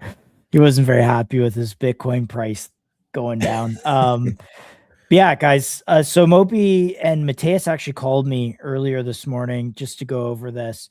So essentially what you do is you take your seed phrase from Phantom or another wallet. And I know, like, of course, copying seed phrases, Josh, like that's, sounds crazy. But you can paste it into Mobi wallet and it will pull it in, and it uses Privy's security layers to do this through the Privy SDK, I guess. And I don't want to misspeak, and so maybe we'll get Mateus on to explain it a little further. But if you're feeling comfortable, go check out the documentation for Mobi Wallet to go check this out. I think it's a really cool feature because it doesn't require you to have to like send all your crypto to the wallet separately or to go buy it on the Mobi wallet. You can just literally drop your seed phrase in and it pulls it in, and you can add as many wallets as you want. You could add 10 wallets, including all your side wallets and stuff that you don't want anyone knowing you're trading. So go check Mobi out, go check Mobi wallet out, and give it a try. Okay, chill, check Macron. Dude, I did not know it was. I thought it was just a stupid meme, Top Fumbler. I thought it was just like a. I didn't look anything past the name. I really didn't. I saw it like ran. It ran from like I think I got the ping at like 300K, 350, but I didn't know what it was. So I just think, I'm not really trading right now. I'll just skip it. I come back like 2 days later and it's like 1.6 mil. I wonder what it's at right now. Let me just check real quick. Feel free to pull that up. We definitely did that with the pig one. I forgot the pig one.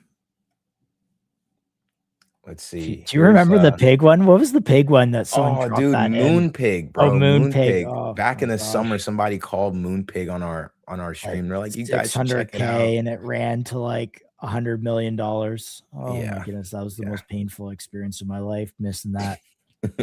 So I got the chart up. All right, here we go. We'll check that real quick before we got Loyal on, and I got to retweet that Loyal's in the room. Got it. So, just last thing. So apparently, Top Fumbler, this is like I think I got it down here somewhere. Like down here somewhere. I was like, I don't know what it is. I just figured it was, I just figured I could. It was skip worthy. Ended up skipping it, and here we are. 1.3 mil. It's actually looking pretty good on the chart too. Looking very strong after this this sell off that we had. So, I wonder. We can actually look into that after the segment with Loyal. I can do some live. Can we do a quick Loyal check? Check is before Breakpoint. Loyal was looking pretty good. I see the whole MetaDAO eco is kind of down, including Solo back to its ICO. But we're at the floor. We're at the floor here. This is where the automatic bidding machine starts bidding, I think. Right, Chris? Is this where the bidding machine starts bidding? That is. Hi, hey guys, what's going on? How's it going? Welcome to the stream. It's going very well. I missed you boys. Yeah. Yeah, absolutely. We missed you too, and you weren't at Breakpoint. Was at Breakpoint? Yeah, flying 16 hours to Middle East from San Francisco. Was not in my plans, to be honest. Yeah, but I saw Meta Profit. I don't know if Profit that was actually him, because I heard a rumor that it was like his co-founder. Actually, but he was both of them were there. Actually, he was putting the mask on and everything. I'm like, man, this guy is legit. Well, they're stronger man than I am, because sitting for 16 hours on a plane like a tool, I was like, oh, I'd rather not. So no, I hear you. I was the guy that went, but it was good. I enjoyed it, but I will say I'm exhausted, like beyond exhaustion. That was like one of the hardest things I ever did. One of the main reasons why we decided to go is because we shipped a couple of important products. Last time we talked, we were kind of teasing out our Telegram-based transactions. We shipped a mini app with Telegram. And it was very important for me to have at least 2 co-founders, boots on the ground on Breakpoint, because outside of the context, it was so important to see the way people react to your application, to see the questions and the issues that arise, because I think you kind of were touching upon that topic about the change in the meme coin matter, and I think that it can be a very good topic in the conversation in the context of loyal and in general crypto. The matter is shifting, and I think crypto becomes more of a serious industry. And it's not enough to just ship an app. You need to ensure that there is traction. You need to ensure that it's smooth, that it can compete with Web2 apps. And that is why it was so important for me to send Rodion and my other co-founder to Breakpoint to see any issues that people might not highlight remotely. For example, if here's an example. We built the transactions over Telegram, and I sent it to 10 people, and they had no issues claiming the transaction. It was very smooth. But surprisingly, when Rodion was showing the transactions in person, the thing that we noticed is that the user experience is not as smooth. Sometimes it was not as apparent the things that users need to do to claim the transactions. So that led us to simplifying the user flow, ensuring that you can, for example, if transaction comes in, you don't have to claim it manually. We just auto claim it for you, just simplifying to the point that you need to press one button and the money is there. And those small things, it's nearly impossible to catch when you're doing it remotely, or if you're just sending the demo to the person. You need to see, like, look at the face of the person. You need to see it, all the small reactions that they're making when they interact with the product. And that was obviously very crucial. I don't know if we have, is it Rodion? I don't want to mispronounce his name. Yes, yeah. Rodion, like the main guy from Crime and Punishment. Okay. I've not seen that. I don't know what show that is. It's a book. No, it's a book. It's a book. Okay. You know, we are old school boys. We are old school boys with a lot of old school vibes, with a lot of books. Shout out Peter Thiel. Oh, nice. I like that. Yeah, Peter Thiel.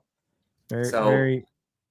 And it kind of ties all into this big conversation about the changing matter. You kind of highlighted that meme coins are dying out, and actually a lot of meme coin volume is currently pivoting into prediction markets, into ownership coins, into all different matters, because those matters give you more control over things. Because meme coins are random, but events or ownership or like other matters, they give you the agency. They give you more control over the decisions, because like if you've been in the trenches, you know it's always random. You have the science, but it's random. But at least with more informationally dense spaces, you have more agency to kind of control the decision and choose the right bets. And that's what the traders are seeing, I guess. Yeah, we're trying to get Rodion in here. I think we might have him back. Let's see. Let's figure it out. Rodion. Can you hear us, Rodion? I think he might be lagging out. He makes the here. same face over and over again, and then it just freezes at that face. Dude, it's like that face is on all the selfies he sent me from Breakpoint. Like just like straight up, like no smile, as if he wants to kill me. It's just, look, I'm with this one, and just like straight face, no smile or anything. I was like, oh man, I want to ask him what he thought of Breakpoint too, and what type of events you went to. But we'll maybe table that. He's at the layover. Maybe the internet is not as good, because we had the same issues today. All good. So I might just toggle him off until we can get him going here. Chris, I wanted to ask, maybe before we get into it, the DCA that you have open, there was a proposal that was pushed to the DAO to basically take, was it $1 million of $1.5 million to place a bid at I believe 25 cents. Is that 23 cents? 23 cents. That's in play today, and like how does that work exactly? Can you just walk us through that to start? Of course. So the idea is that we knew that we need to raise more to ensure the stability of the coin, because if you're building for long-term success, you need to ensure that the traders that support you early on, they feel comfortable holding the token. So we knew that we need to allocate some money for the buybacks initially to ensure that everyone's happy. So the way it works is that it checks on the 5-minute intervals if the price under the set buyback price. If it is, it issues the orders, but it buys back by it spends $179 to do the buyback, and that ensures that if the price dips below the certain point, there's a big buying pressure to keep the price up, and that ensures that for the new incoming traders or holders, if they believe in the thing that we are doing, if they believe in our mission, it's certainly a no-brainer for them because they know that the price is not going to dip below because of that buying pressure set up. And at the same time, for our long-term holders, that's also sort of a benefit because they knew that they know that everything will be stable. So, And this was what you're buying $180 or $179 at a clip, right? Are you buying it every 5 minutes or? Yeah. Okay, so as soon as it goes below 23 cents, that kicks in. And before I talk about the proposal itself, because this is one of the first that you've had go forward with your project, the use of funds, I believe you mentioned, is for future OTC deals. It's kind of the thinking here is that we soak up a bunch of our token now, and then in the future, as the project develops, prices are higher, better market, etc., you'll be able to OTC those at a higher price. Is that, am I understanding that correctly, or is that wrong? I think you put it very well, because if you think about, LOL will be the unicorn eventually. This, for me, this is an obvious statement. It's a matter of time, and it's also obvious that we will be doing future raises in the future because we need to outcompete with Web2, with other Web3 companies. If we want to do future raises, we have two options. Either we mint more tokens and sell them OTC to investors, or we use tokens in our treasury and sell them OTC. So this buyback is not only guaranteeing the price stability for our investors, but it also gives us our treasury those tokens that we can use in OTC deals down the line. And it's sort of a win-win because people who don't believe in our project, they can exit. We are giving them the direct exit. It's like, if you don't do that, if you don't believe in us, here's an option for you to kind of exit the project before, like, at the time when you want to exit the project. And for us, it gives us tokens that we can sell to VCs or anyone else OTC down the line, and it's sort of a no-brainer. What percentage of your treasury was 1.5 million? So we raised 2.5 in total. So 1.5 out of 2.5. Yeah, it's more than half. And but we don't expect the entire sum to be spent, right? Because we allocated for 30 days, so we can potentially do either do it indefinitely or do for another 30 days. We're currently discussing it with our holders, and we can always then raise a proposal to pull the funds back. So it's not an issue as well. And ideally, that's exactly the situation why we raised the money so much, because we wanted to have that option. Got it. Maybe the last question on this line of questioning, because I think this is what people want to know, and especially if they don't know that this is a new like it's kind of a floor here put in. Is how much have you already spent of the 1.5 million? That was my question. Sorry, it took a while. I think 100K. Oh wow, 100K already. Okay, so not you still have a lot of dry powder here. Yeah, exactly, and we have other options as well. So that's the magic of ownership coins. They give me so much anxiety because you have a lot of holders and they're all asking questions and you feel the pressure to deliver on them. But also they give you so many surprisingly good instruments to ensure the stability, long-term stability and success of the project. And this is the magic of MetaDAO, of what Profit and Colin are building. And I don't think that something like this is possible on any other platform. And all the current success and future success we owe to those guys. Without them, without this setup. Without that vision, this wouldn't be possible. Got it. Chill. I don't know if you had a thought or question. He kind of actually answered a lot of my questions, but I guess one that I had was, I mean, first, I kind of wanted to get to this question when we first started, just kind of like summarizing Yeah. Loyal for some of our newer viewers. I think before when you kind of first came on, I'll yeah, do a just give shout us out a to little one summary. of our holders because he came up with this description where, Chainlink, like a lot of Yes. oracles. Right? So we're building Chainlink, but for private AI. That's the best one-line description that we can give to Web3 users. What was your holder? Do you know his handle? I actually don't know his handle.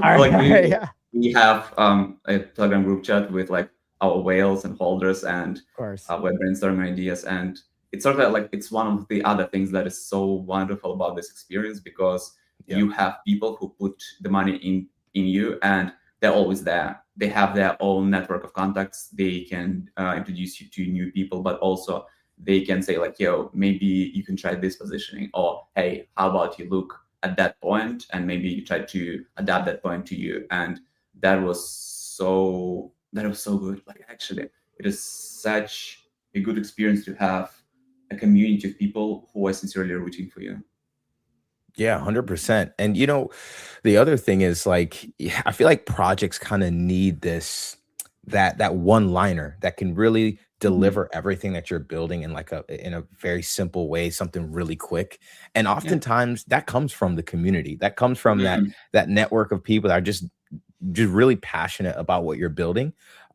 So I guess with that in mind, like, what are you most excited about? Like what's to come next? Like, Met Gabi, breakpoints behind us. What's coming in 2026? It's not even in 2026. We are shipping a couple of more features in 2025. We like the most important thing for us is product velocity. So right now, in crypto, like you can't escape three things: taxes, death, and Telegram messages. That's a big pain point. Like I know you guys, like I know everyone in crypto wakes up to thousands of unread messages on Telegram. The deals are lost, the DMs are not answered, you're missing everything, and then you come back as like, oh, I forgot to reply to that important deal. Like that's why I didn't get that guest in my podcast because like it got lost in my DMs. So the first thing that is very important for us, and I think it's aimed at founders, potentially guys like you as well. Founders of the podcast, so founders as well, is the categorization of your Telegram messages. So put spam in the spam folder, put important into the important folder, put just like personal conversations in like personal conversation folder, just categorize the incoming messages to help you deal with the volume, allow you to respond in a fast and efficient way, potentially using voice, prioritize mobile first approach, because a lot of people, especially at the break, like if you've been at the breakpoint, you know that you're hopping from one event to another event. You still need to respond to DMs. You're always on the run. So we prioritize mobile first experience to help you stay on top of the volume of those messages. And that is a strategic decision, because if you ask yourself, who is using Telegram the most in crypto? These are marketing people, these are founders, these are biz dev people, dev relationships people. And the most heartbreaking thing in crypto is like no one is building products for them. Everyone is building products for traders. Everyone is building products for big funds, but no one is building products for those groups of people. But they are the blood and cells of crypto. They are who move the charts, they are who make the connections, they are the people who are going to all of those events, they are who make things happen. If, and it's not if for us, when we deliver 10x product for them that covers their needs in terms of Telegram volume messages, in terms of their day-to-day stuff, automates that, because their job is, and founder's job is not replying to DMs on Telegram. Their job is doing their things, making the connections. And if we simplify that, every in-person event becomes our sales event, because the first point of contact, if you think about in crypto, is Telegram. You reach out to someone in DMs on Twitter, they give you that Telegram. You meet someone on the conference, you get that Telegram. If we sit at the discovery point of the first point of contact on Telegram, it means that we have natural viral discoverability, because just like if you text a guy and then there's auto, for example, captcha or anything like powered by Loyal, it means that the moment someone texts you, they discover Loyal. And that allows us to really penetrate deep in the market without significant marketing spend, if you think about it. And then we can use that to upsell.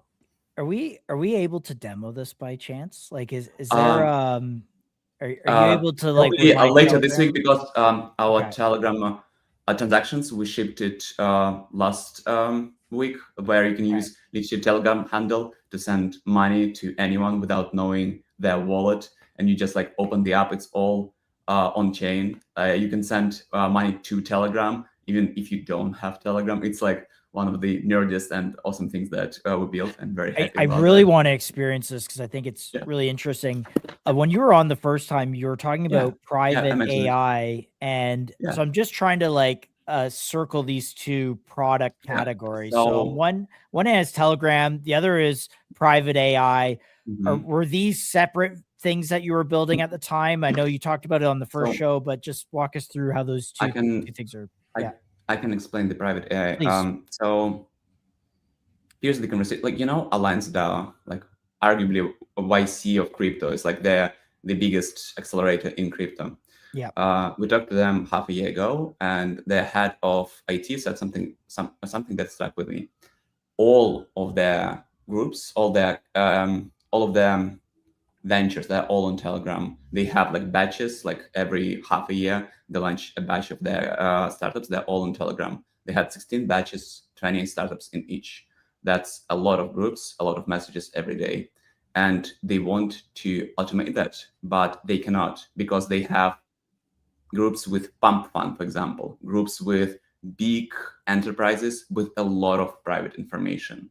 So if we're shipping something for Telegram, we must ensure that it's secure. Otherwise, it will not pass the benchmarks. Otherwise, there is nothing to separate us from like a CRM. We need to ensure that, for example, your keys are not leaked. Your private conversations, I don't know, with your mom are not leaked. Your private chats where you discuss OTC deals, potential OTC deals with investors before they're ready, they're not leaked. And if that goes into OpenAI, into Anthropic, into Google, you don't really know what they're going to do with that data, and if anything is going to happen. Because that data, the risk there is that it's discoverable in court. And if something happens, how ready are you to for the court to read out your logs and chats like out loud? Yeah, and please all that? not. Exactly. So I you're sent a lot of- starting with like Telegram is the initial like interaction surface. People get to that. That's a sticky experience. Exactly. Then the kind of like private AI part of it is kind of But like the next layer private- deep. Private AI is kind of powering this, because if we want to summarize, categorize, we need large language models for that. We need to analyze the message, and we need to also give user guarantees that your data, your messages are not going anywhere. Right. You see? So Okay, really, so the private this AI is built on top of powering. the AI. Yeah. Yes, exactly. So it's sort of think about. Are you familiar with Squads, the multisig? I love Squads. Not It's squads. No. Squads is the biggest multisig on Solana. They have they built a fantastic multisig primitive for Solana, and they use that multisig primitive to power their Grid API that powers a lot of neobanks right now, and Altitude, their B2B enterprise bank, and they use their primitive that they built. We approach it the same way. We built this verifiable primitive, and we're using that to power the infrastructure and power B2C application, because crypto is changing. And right now, just building infra is not cutting it. We don't want to be another Avalanche that raised a lot and has no users. I don't want to be another Story protocol with 130 mil investments and 2 people using that. So we need to build the infra for ourselves that we can use first, but we need to target B2C explosion. We need to target people who are going to use our app daily. And once we use that daily, once we own the distribution, we can offer the distribution either to other developers or to our other apps. And that's how you build an ecosystem. You can't start with building complete infrastructure and then hoping that people will come. People will not come. The industry has changed. So you need to build apps that will attract people. That's sort of the thesis of Polymarket in a lot of ways, and see how the B2C, because Polymarket is basically a B2C app, and how that attracted on-chain activity.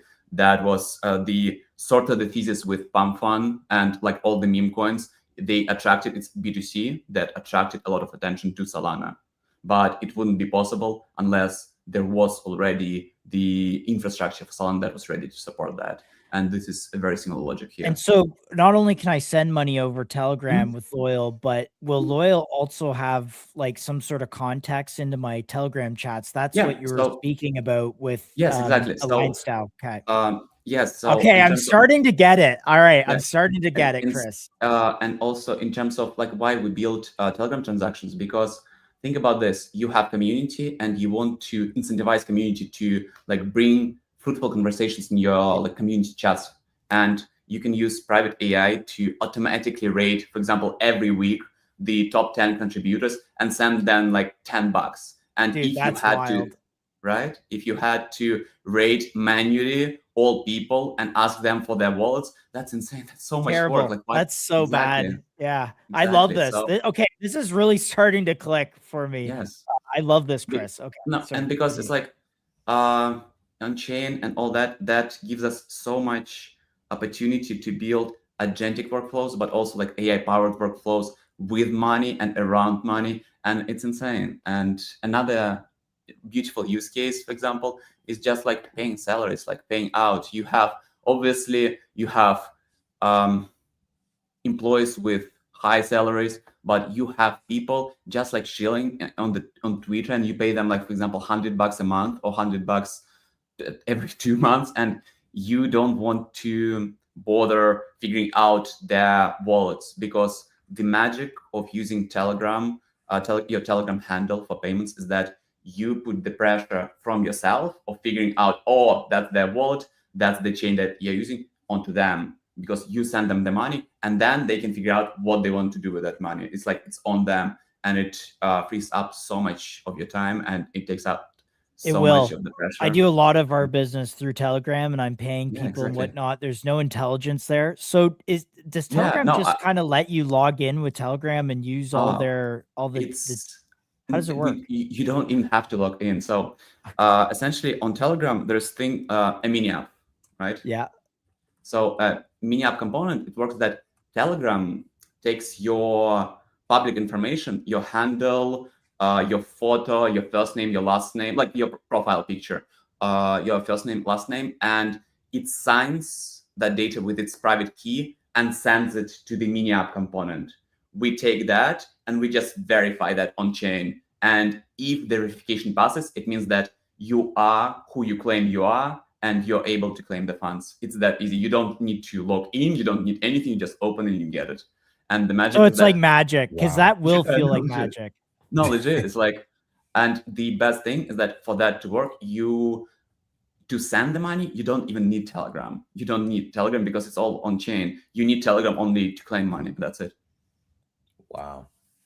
That's interesting. So yeah, no, it's like we are deep AI and Telegram nerds. I've been working in this space since 2015, 16. My first public GitHub repository was a Telegram bot. I started on Telegram, like we know ins and outs of the system, and Telegram is the stuff that we all use every single day, because Telegram, and forgive me, Pavel Durov, was made for drugs and for crypto. So every single one of us uses that, and everyone suffers through that. And we just ask the question, like, why do we have to suffer? We just can make things easier for everyone. And if the product is good enough, because if the product is good enough, we can do anything we want to later. Like imagine in let's take a step back even and look 6 months in the future or a year in the future, just to give the perspective. Imagine if we are in the pockets of every single BD marketing dev person. We are at the point of discovery. We can do anything we want to. If we want to offer them personalized yield and tell them, okay, hey, you're already making payments. You already trust us with your private data. Do you want us to help you with personalized yield? One opportunity. Do you want us to help with your company treasury? Another opportunity. And because it's all on chain, it's all kind of compatible with other Solana primitives. So if we want to offer that, it's super easy to do that. And You will see? like a loyal bot kind of filter that opportunity in the chat feed? Like, what will the actual experience be? Or do I go to a UI like this and it says no, actually UI, yes, complete UI. Like we even the Telegram transfer, it's all on UI. I can show you. Give me a second. Yeah, please. We love This the is demos. wild. It's Yeah, just sorry. clicking. Yeah, it's No, starting to go click. ahead. I had a hard time the first time, and I was really trying, like genuinely trying to figure out the different components here. But this is starting to make sense. And since then we've seen like Game and shout out also Decentralize or Die really cover what you're doing. And you guys are having some success. So please let me do this. And I'll give me a sec. I'll take this. So I'll show you let's do the app experience for transactions first. Okay. So all right. Oh, this is vertical. Let me see if I can. Okay, I'm gonna try and optimize. Yeah, like because we're doing the mobile first. So let's do I'll just send it to my alt account myself. It's all on mainnet as well. Do I have enough money? Yes, I do. So literally send, and it immediately checks that I received because I sent to myself. That's easy. It's like if I sent using your Telegram handle, you just open. We sponsor the transaction, so you don't even need Solana to claim the transaction. You just open. If they're getting claimed, you get the money. It's literally takes 5 seconds, like that. And right now, this is a Telegram app within Telegram itself. Yeah. Okay. Yeah, literally. If I close, here's a list of chats from my test account. So yeah. And so I guess a question I had was, how do you, are you guys charging a transaction fee? Is there a fee that's taken? For this, no, it's completely free. The only thing that we don't want to charge for that, because this is the foundational block for the future.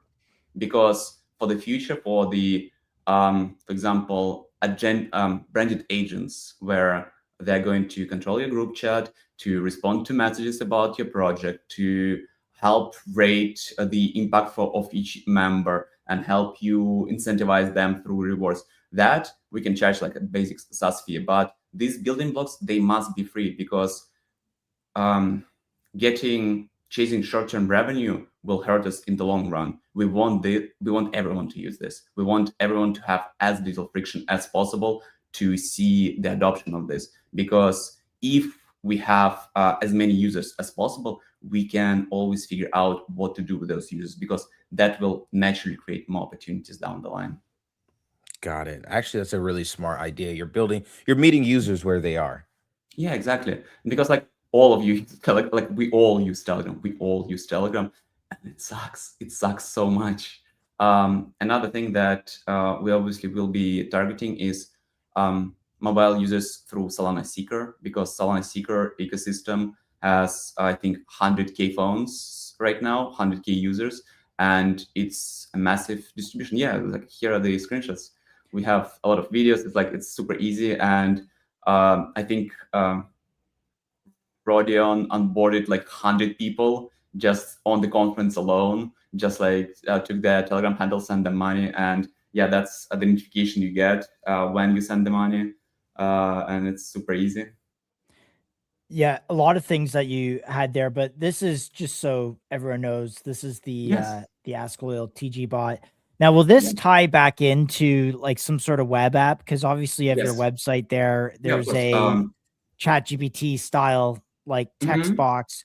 How do Yes. the two connect? What can I do on the web app versus on Telegram? That's different. So we when we're going into message categorization of the messages, responses, we obviously want to ship both desktop and mobile experience. So we start with mobile because most of the people who are using Telegram, they're using mobile. But then like the next step, obviously adding that into the desktop. So you will be able to send money through desktop as well. Got it. And here, like you can see the screenshots of the interface for the categorization and summaries. Yeah, these are so this right here, chat highlights. Yeah. Okay. Maybe just walk us through these groups direct. Oh yeah, I can actually I can share the screen again. Yeah, I can please. walk you through the. Okay, so the idea here, sure. So The more on the- demos, the better, Chris. So yeah, of course. demo away. Yeah. So the idea here is that we have on Telegram we have two types of interactions. We have group chats and we have incoming messages, and we want to treat them differently. So, for example, for group chats, we want to highlight the conversations. I'll give you an example. MetaDAO group chat. They have around 3,000 people, 600 messages every day. And I know that Profit is active there, Colin is active there, and they're giving alpha and insights that are inaccessible to public on Twitter alone. Like they're responding to messages, criticism, and suggestions. And having the summary of those conversations readily accessible is something that we want to bring to the public. Another thing, obviously, the messages. So being able to quickly read the messages, That's nice. right, and like reply and just go to the chat. That's just something that I want to do. And right now we're looking to categorize the messages. We're shipping it to public access literally this week. So we'll have you try this out. Like we have a group chat. We'll send access to you, and you can play around with it, Yes, because please. I'm so tired of the spam. I'm so tired of the people taking up so much of my time, because I want to go full autism mode and just code. But like we get so many messages every day, and I have to respond to some of them, and they just devouring my time. I hear you. That's Sorry, that's Chino, a go big ahead. no. I was gonna say that's a pretty big problem. I mean, like, if you're on Telegram for any amount of time, you'd know what we're talking about. There's just Yeah. so much noise. But chill, isn't it weird? Like everyone, like think about it, everyone is complaining about that, and for some reason no one has addressed that. You come to any founder, anyone on crypto, and ask them, show me your Telegram. It's going to be a mess. It's going to be a mess. I have, no kidding, I was looking at this space since January. I have a folder with 133 screenshots of different people, from like CEOs to just regular marketing people in agencies, complaining about the same thing. And it's such a no-brainer solution. Just do it well enough. You don't have to think about even short-term monetization. Do it well enough, the opportunities will flourish, because this will give you the reach that you need. And when you have the reach, when you own the distribution, you can do whatever the hell you want. Look at Coinbase. They have the distribution. If they want to do launchpads, they can. If they want to bring something new, they can, just because they own the distribution, they own the users. Take Pump Fund, they own the users. They started live streaming. I'm not sure how well that is going for them, but Yeah. they started live streaming. But you know, they can do things, and that's the magic of owning that users. Because even 5,000 users in crypto, that's a lot of users. That is a lot of users. And if we become the go-to solution and everyone is using us, and we are the only solution that can do this, it's like, it's such a no-brainer that we're going to go up in value, at least to me. And that is why it's like, that's what I tell, for example, my community is like, we don't care about short-term volatility of the token, of the market, because metas change, but Telegram sucks. No matter the meta, it sucked 5 years ago. Mhm. It's like 3 years ago. It still does. No one does anything about it. We solve this. We solve distribution, and we are going to win. can I summarize some of the products here? So sending money with Telegram handles, that's Mhm. pretty straightforward. You would tell the AI, hey, I want to send all my like, clippers $100 or whatever, Yeah. and it sends them all $100. Do I fund a loyal wallet for that to happen? Like, is there? From the desktop, you can do it from any of your wallets because it's just an Okay. on-chain transaction. So you don't even need to fund the loyal wallet. And to receive, we are sponsoring the claim transaction, so you don't need money to receive either. Because my dream was to be able to say, AI, send $100 to my mom. Like that was my dream. That is the vision that we were coming into this with that. And yeah, now it's possible. Okay, and so there's the money sending. Then what you have is some sort of chat summary too, which Mhm. summarizes the contents happening in group chat so that people Mhm. don't So miss anything. They don't have to scroll endlessly. Can you yes, click into because one of these? Just yeah, like here, see, it's like summary.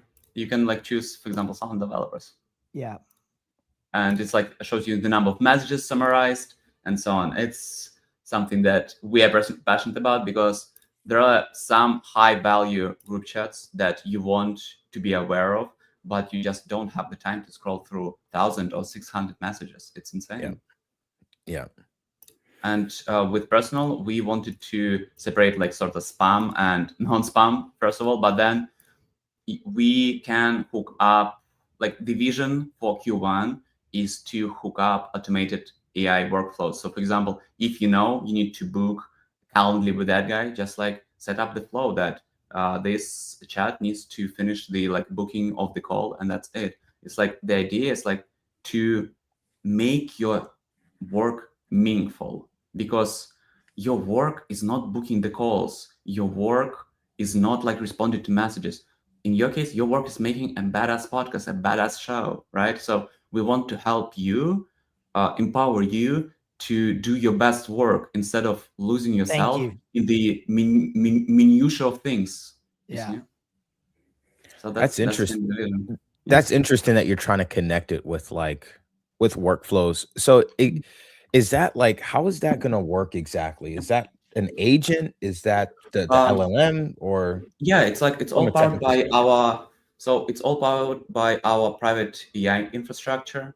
So the idea is that private AI is useless unless you can build on top of it. So we built the private AI infrastructure so we can build on top of that and open new areas, like new use cases. And Telegram is like the example of that use case, but also like dealing with your private information, like medical information, like automating your financial workflows, automating your emails, for example, like all that. It requires privacy first and foremost. So yeah, it's all powered by LLMs. Nice. Wow. I'll give you another example. Mhm. I'll give you another example, and that's something that we discussed with Stepan from Squads. Very simple example, but it's crazy that it's impossible right now.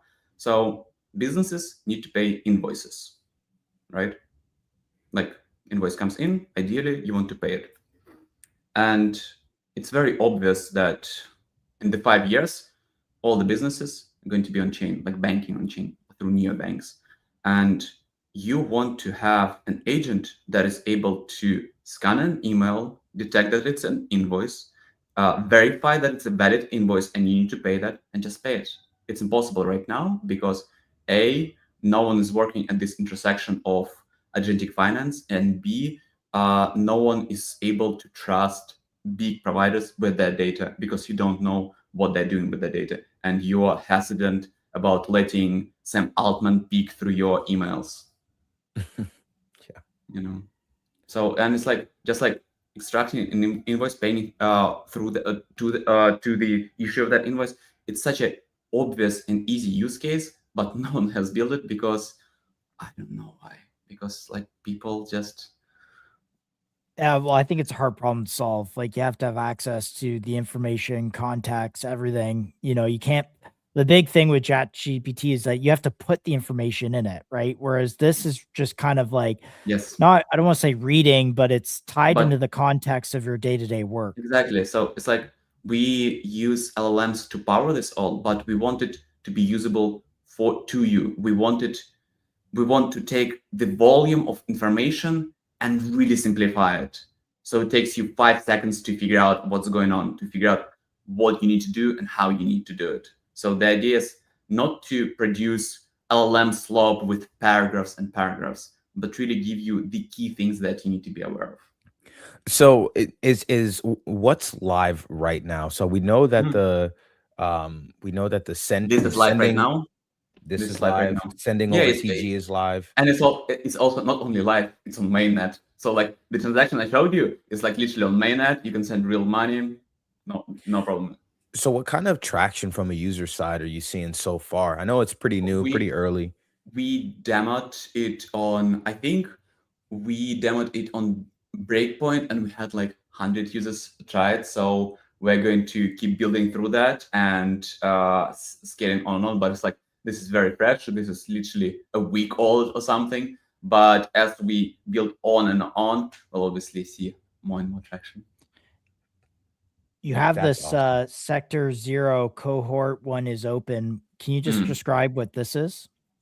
Yeah, it's sort of like an ambassador program because we want to incentivize our early adopters and early ambassadors who are going out there and creating threads, responding in the group chats, the people who want to test our product out early. These are sort of early believers, so we want to kind of build and incentivize that type of community.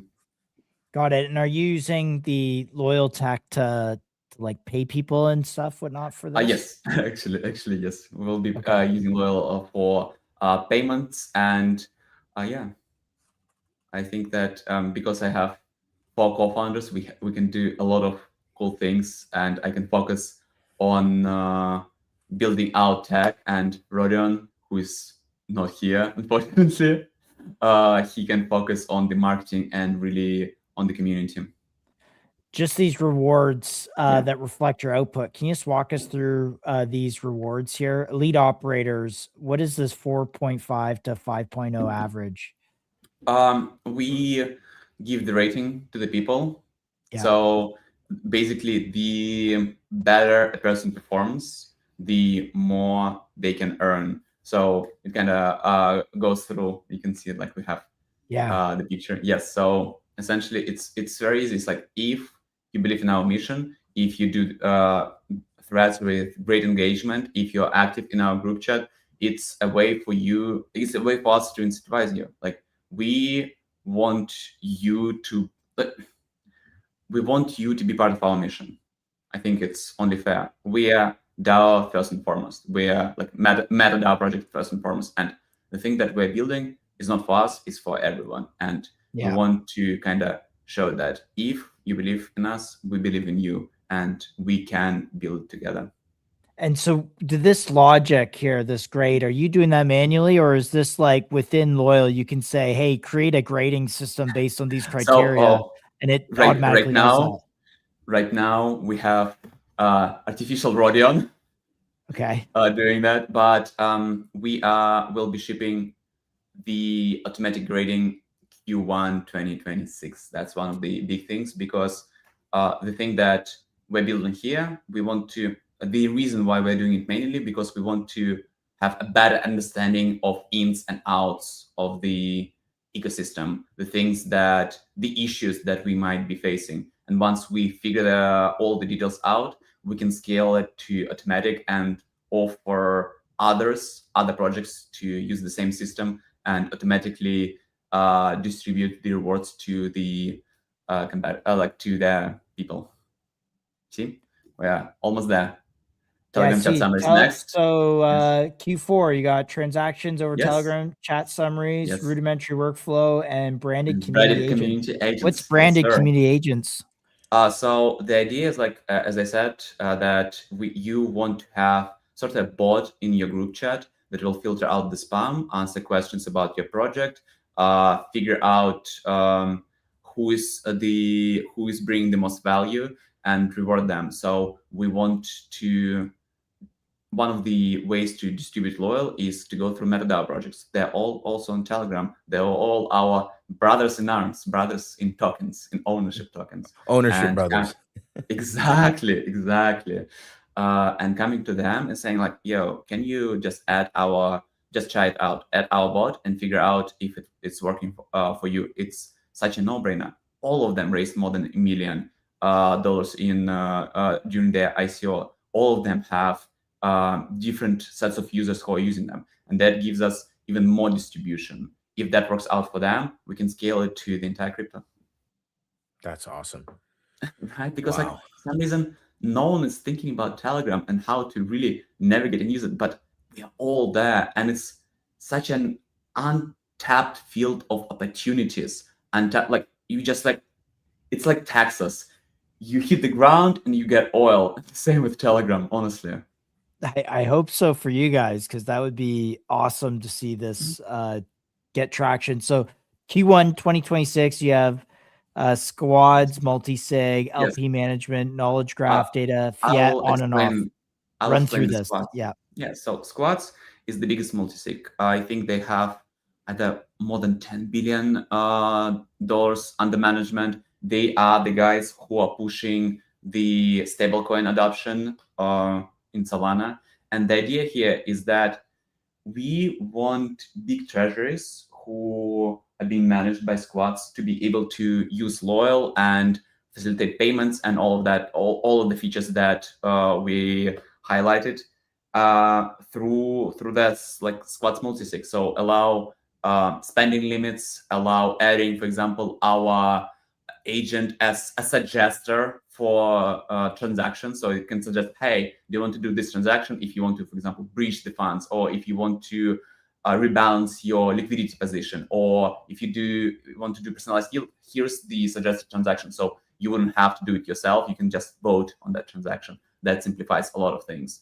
LP management and staking automation.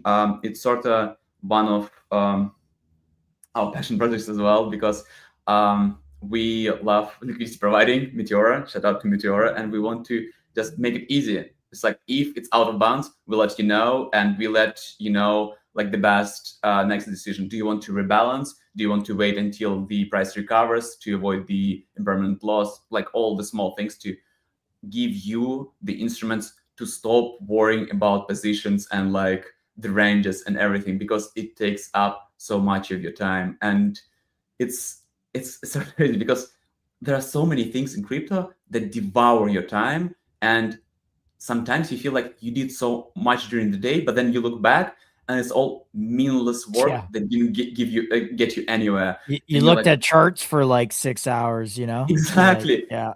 And sometimes like, and with charts, it's like you're looking at charts, but it's like you're not sure what you're seeing, and you're not sure if you need to do anything, and it's just like it gives you anxiety, and you don't know what to do.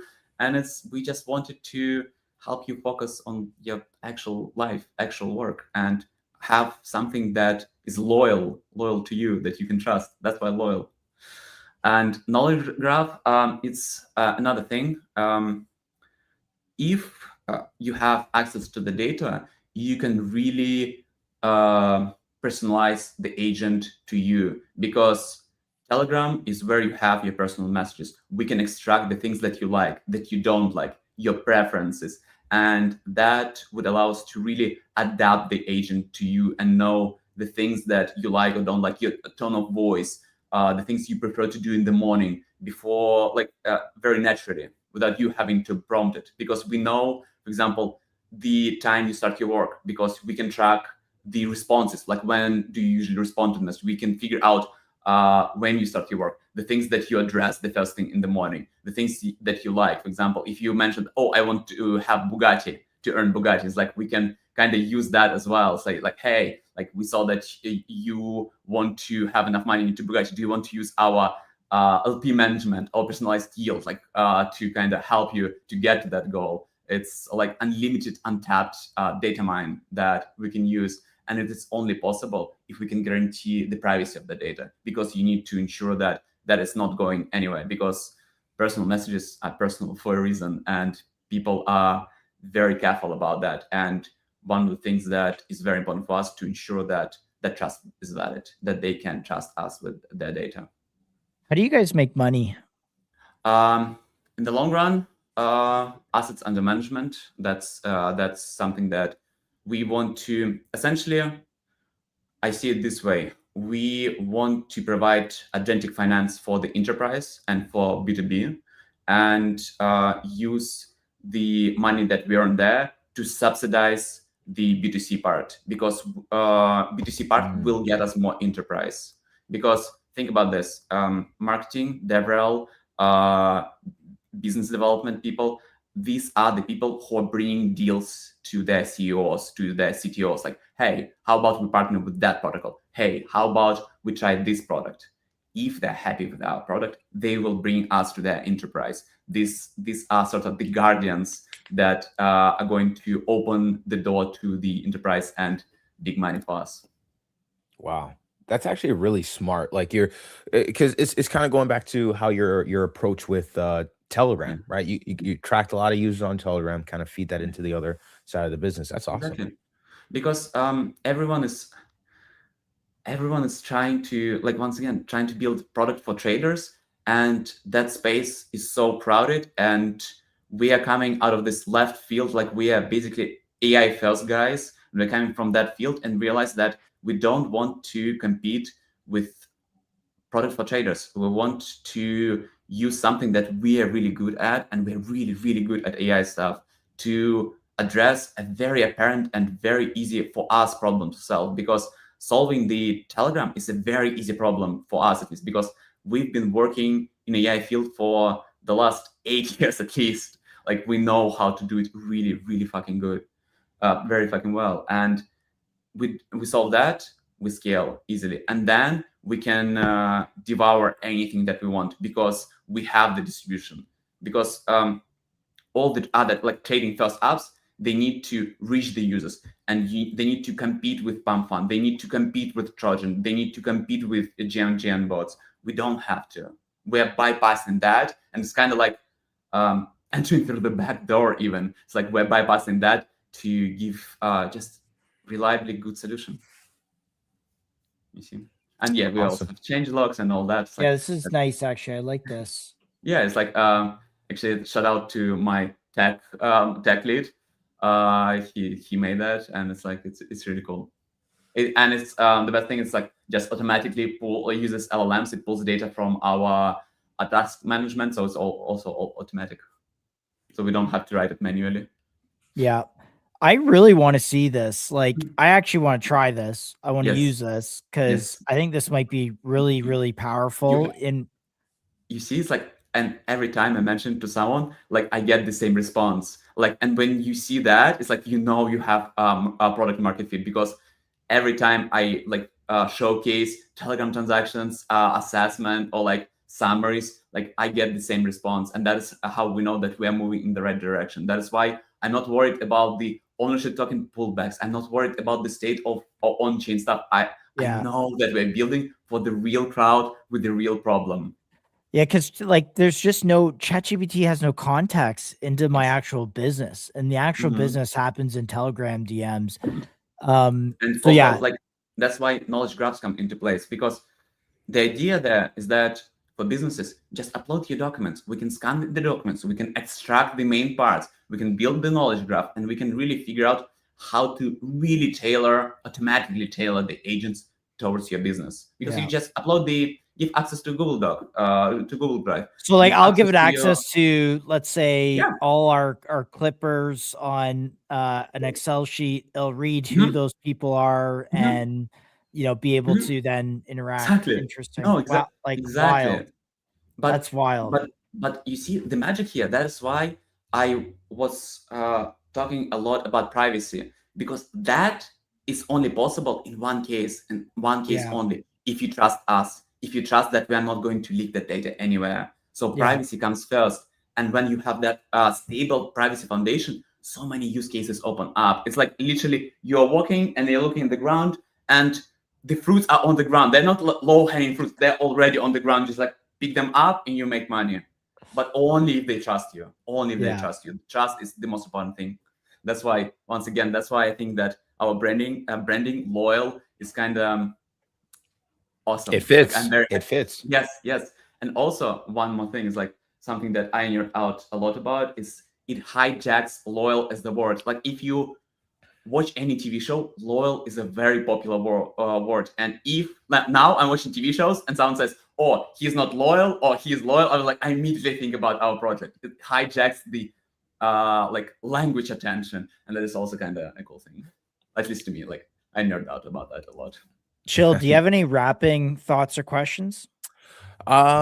There was, I think he answered it just a little bit. There was one that I had. It was more so just about where do you see, it was just more so about like future, where do you see kind of loyal getting its foothold in 2026? What makes loyal like blow up and get to the next level? Yes. So we have a couple of steps.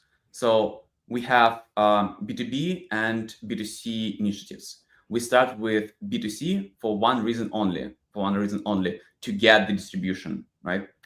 So if we get the distribution, we can upsell the distribution. Yes, Chris, hopefully he's a good guy.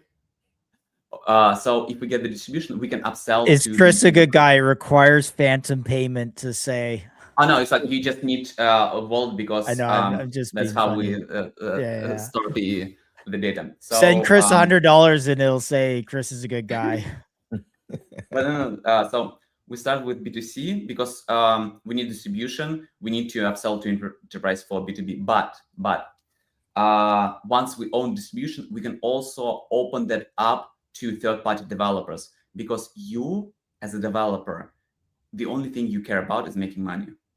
So if we all open up the distribution, it will be like App Store.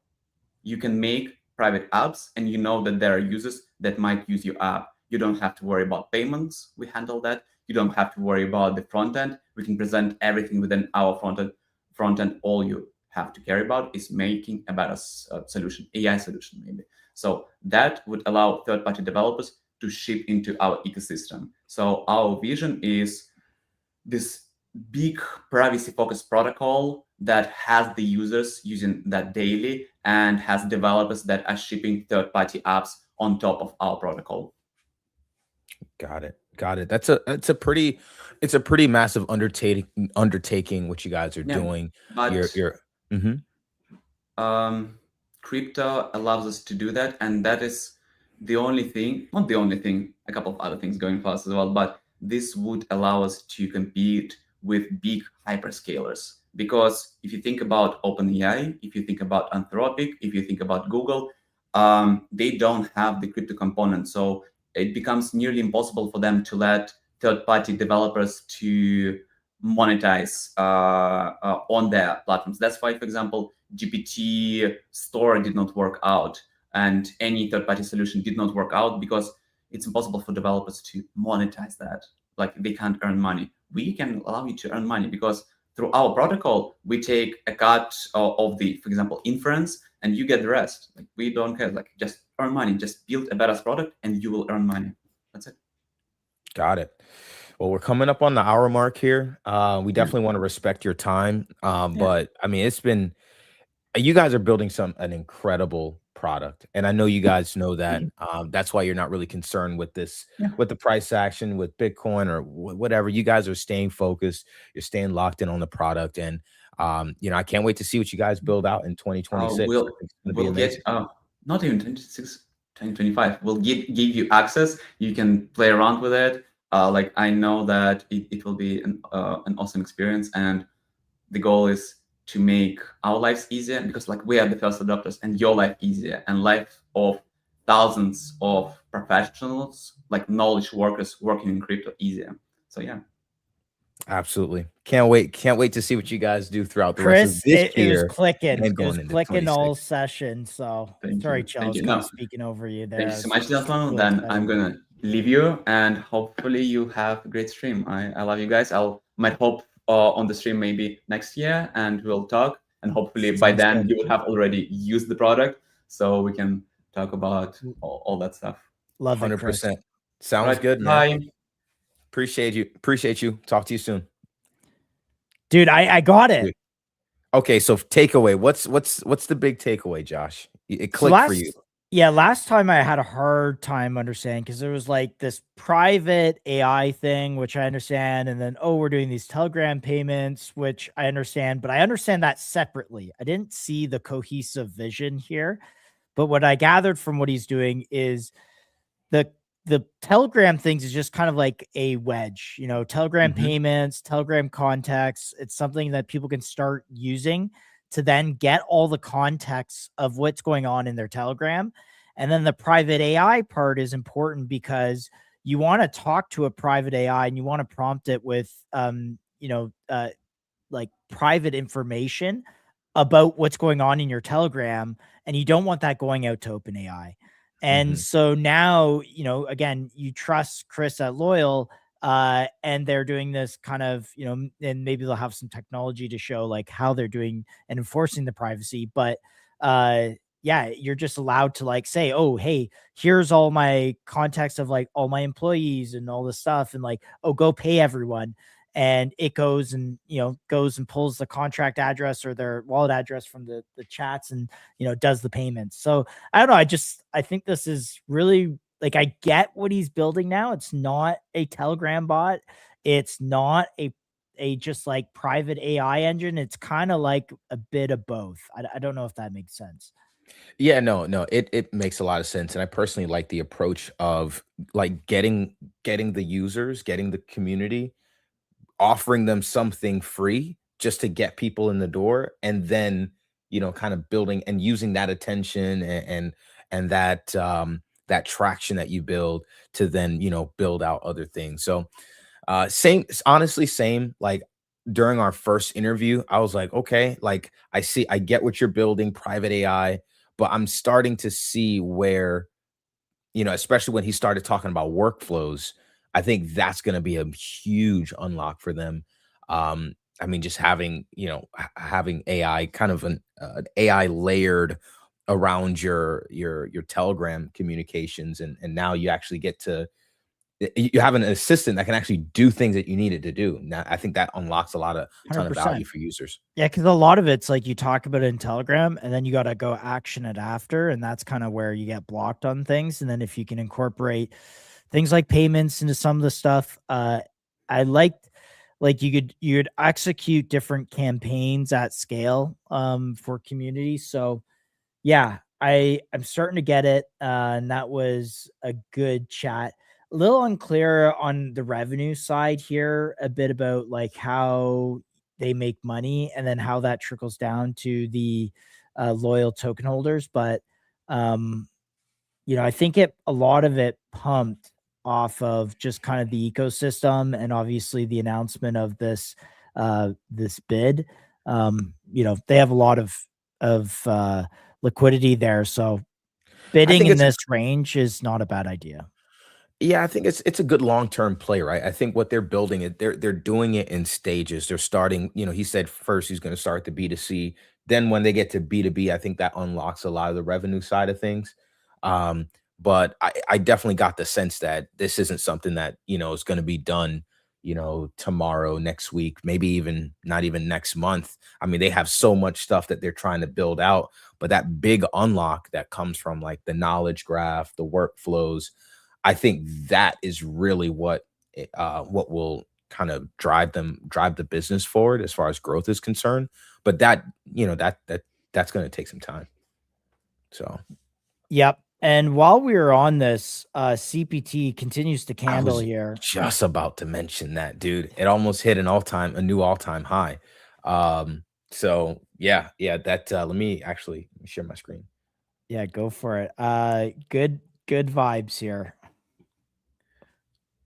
Pepe, bidded loyal and holding for long term. Yeah, I think you're gonna be okay with this one. Obviously you have a bit of a floor here, so that helps. But They only deployed um, 100K. I think that's yeah, only very deployed important to flag. 100K, and it's below like the ICO price, so people are basically selling at a loss. They're soaking all that up, and then the rest are ideally long term holders.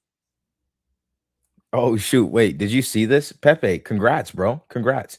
He says, so excited, made a great investment on Loyal today. Quick update. I finally made my money back from the liquidation from October. Y'all are awesome. GG's to you, my man. Congratulations. MCG is really out here out here like helping the trenches out. Saving the perps traders out here. Pepe, can you tweet that out? By the way, we'll retweet that. That's awesome. Thank you. Yeah, that's awesome, bro. That's awesome. Congrats on that. I mean, outside of our little like ownership bubble with CPT and a few others, like I'm looking at charts. Moby app was a help as well. Shout out freaking Moby, sponsor of the show. Shout out Moby. That's a huge case study. Tag them as well. Tag them as well. We want them to see that. Dude, that's the thing.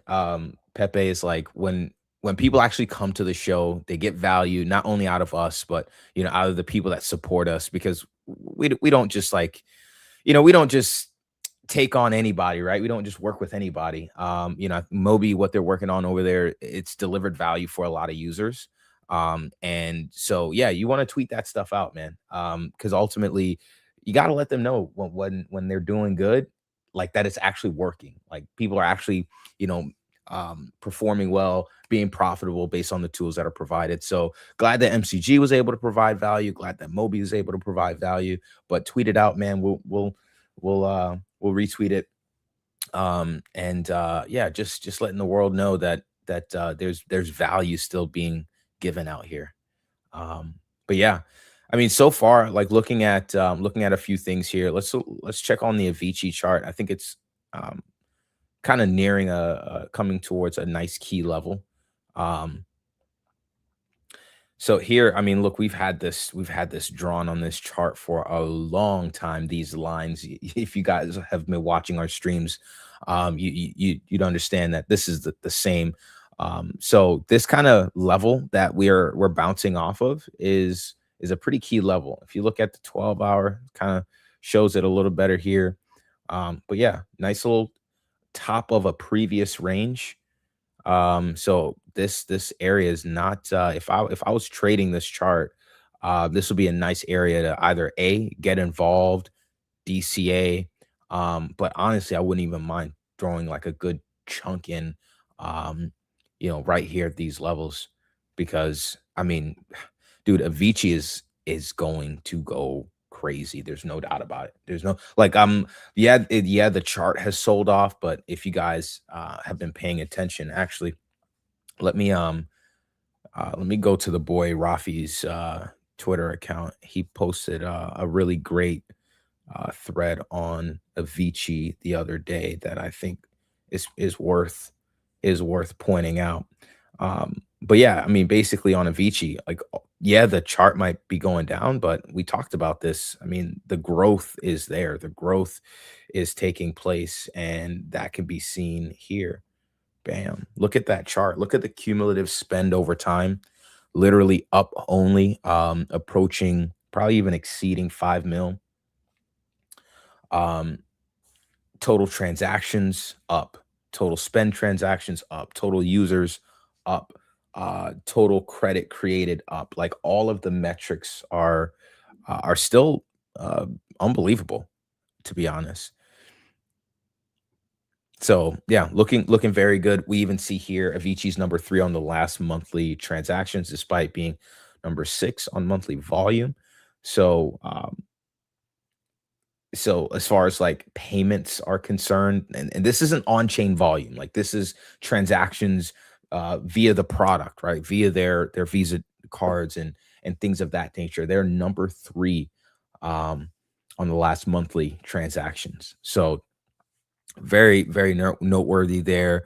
Stats continue to be pretty good. And I mean, they said it well here. 4.almost 6 million card spends and counting. So yeah, not worried at all about this dip. If anything, to me, this just looks more like a buying opportunity for those that kind of haven't gotten involved just yet. Let me see here. But yeah, otherwise, I mean, Bitcoin is puking as we kind of flagged last week. Bitcoin's puking. Rest of the market kind of following in the same direction. What else? What else? Yeah, like not really much on chain that we're seeing happen as far as activity is concerned. I'm looking at the market lighthouse on my Padre terminal. About 21 million trades in the last 24 hours. Volume is negligible. The amount of like, although the amount of tokens created is going up across launch pads, the amount of migrations is down on the day. So not not the best trading environment, not the best trading environment in my opinion. So not I've kind of been telling you guys this, told you guys this last week, tweeted about this, but slow cooks and chill. You know what I mean? Avicii, CPT, um, DCAing stuff like Met, chilling on stuff like that is really the way. Yeah, there's going to be some runners that we might miss. I think we just pulled this one up, Macaroon, before the last stream, the last segment started. This was a nice runner here.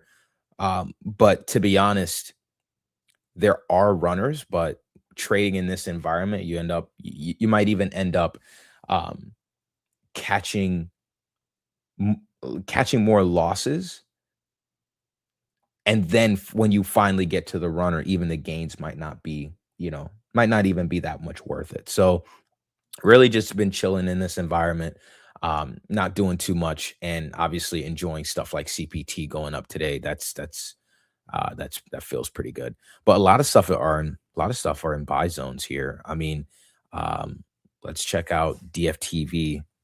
Massive project in the making here. Let's check out their chart, see what's up. So let me just do some real quick. Would be cool to watch MCG on Pluto TV at some point this year. Shh, Josh. Shh. No, let me stop. Hey, look, just saying. Look, 2026 for MCG is going to be a big year. So you don't want to miss 2026 for us. You really don't. Let's just say that, eh? um, let's see here. Yeah. So DFTV actually at a pretty nice level here. Pretty nice level. What I'm looking at, the reason I'm looking at DFTV right now is I'm looking at overall just SOAR projects, period. Again, we talked about this earlier as CPT could potentially be the Avicii of SOAR, right? Like that project that everyone can pretty much be bullish on because of the fundamentals. And what made people look into MetaDAO is the price action of SOAR. And so as we see Avicii kind of like reach new all-time highs, we know that, that will attract new traders. New traders will look for, other undervalued projects. And then, once that comes, I mean, once they find out, like the fact that, for example, DFTV to Tether, the team at Tether is invested in DFTV. You know what I mean? Like, imagine when people start finding stuff like that out. I think people will run with that. Real quick, did you see the update from SOAR? I did it, but last thing I'll say on DFTV is I gave a little bit of feedback. Even if like I forget who Brock Pierce, is let's say technically a token holder through this one. It would be great to see Brock Pierce be like, oh yeah, I'm really excited about our new, one of my investments now using this new model through SOAR, blah blah blah. So hopefully, they took that feedback and are going to try and get some of those notable investors to just acknowledge that this launched and whatnot. Yeah, 100%. Because I think when you start getting tweets like that, like again, it's just all about eyes. It's all about attention, visibility. That's when, that's when all that stuff rolls in. So I wonder if if they get that, that'd actually be pretty huge. That'd be pretty huge. Real quick, let's look at the SOAR update.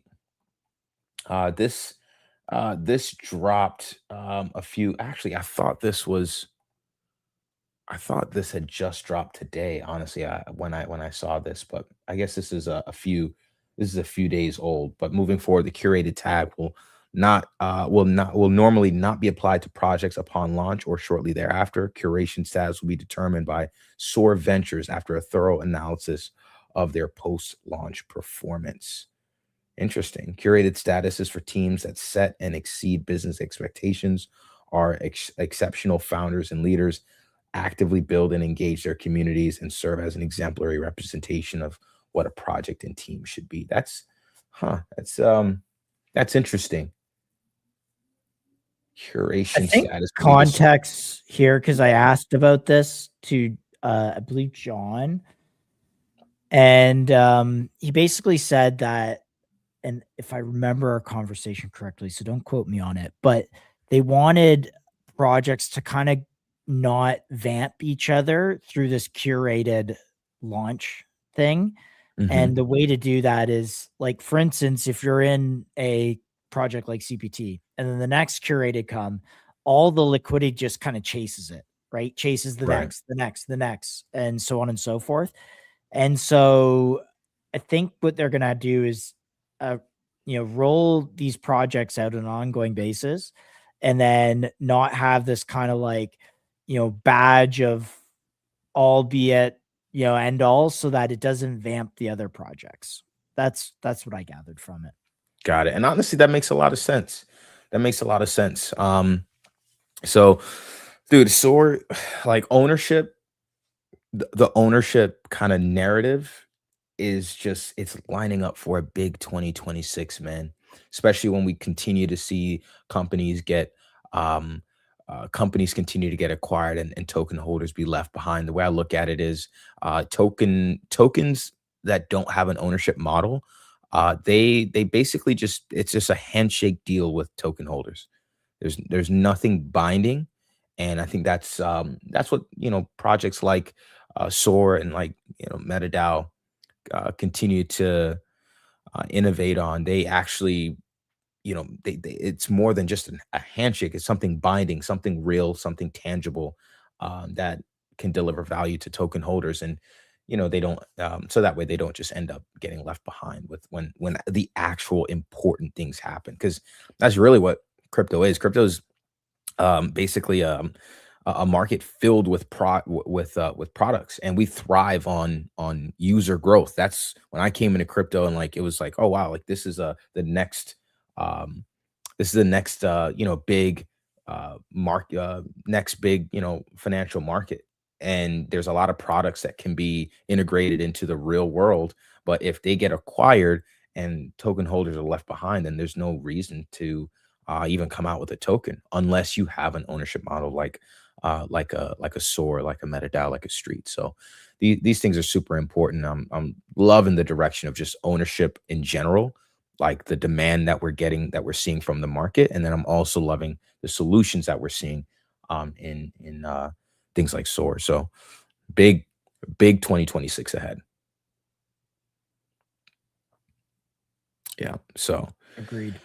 let me see here. Anything else? I'm just trying to tag up. I'm not, like, guys, I'm off my game. I'm not gonna lie. Staring at the screen has been really difficult for me today. Just so tired from last week. The jet lag is very real. So I'm trying to stay sharp. I'm trying to catch up on notes. We talked about a few other tickers, so I'll make sure those are in the replies, guys. Yeah, no, you're good. You're good. And we're also seeing that Coinbase, a few days ago, they announced that they're going to allow users to trade all Solana tokens through DEX without official listing. So, in other words, the infrastructure for exit liquidity on our DEX bags is in process, basically. So something to look out for. Something to, just again, another reason why I'm bullish 2026. We see the liquidity environment is shaping up to be favorable for crypto, but then we're also seeing that the infrastructure to allow capital to flow into on chain is, is getting built up heavily right now via people like Coinbase, like the FOMO app, like MoonPay, and so many other apps that are being created. So you know what I saw the other day? I saw that that Believe was pumping the other day. I wonder if it still is. Did you Oh. that, and also interesting, one of their iOS developers, I believe, that was building it, left Believe for Polymarket as well. No way. Yeah, that was in Believe Big Brains or Wow. ICM Big Brains as well. But yeah, maybe pull up Believe. Oh. Let's check in.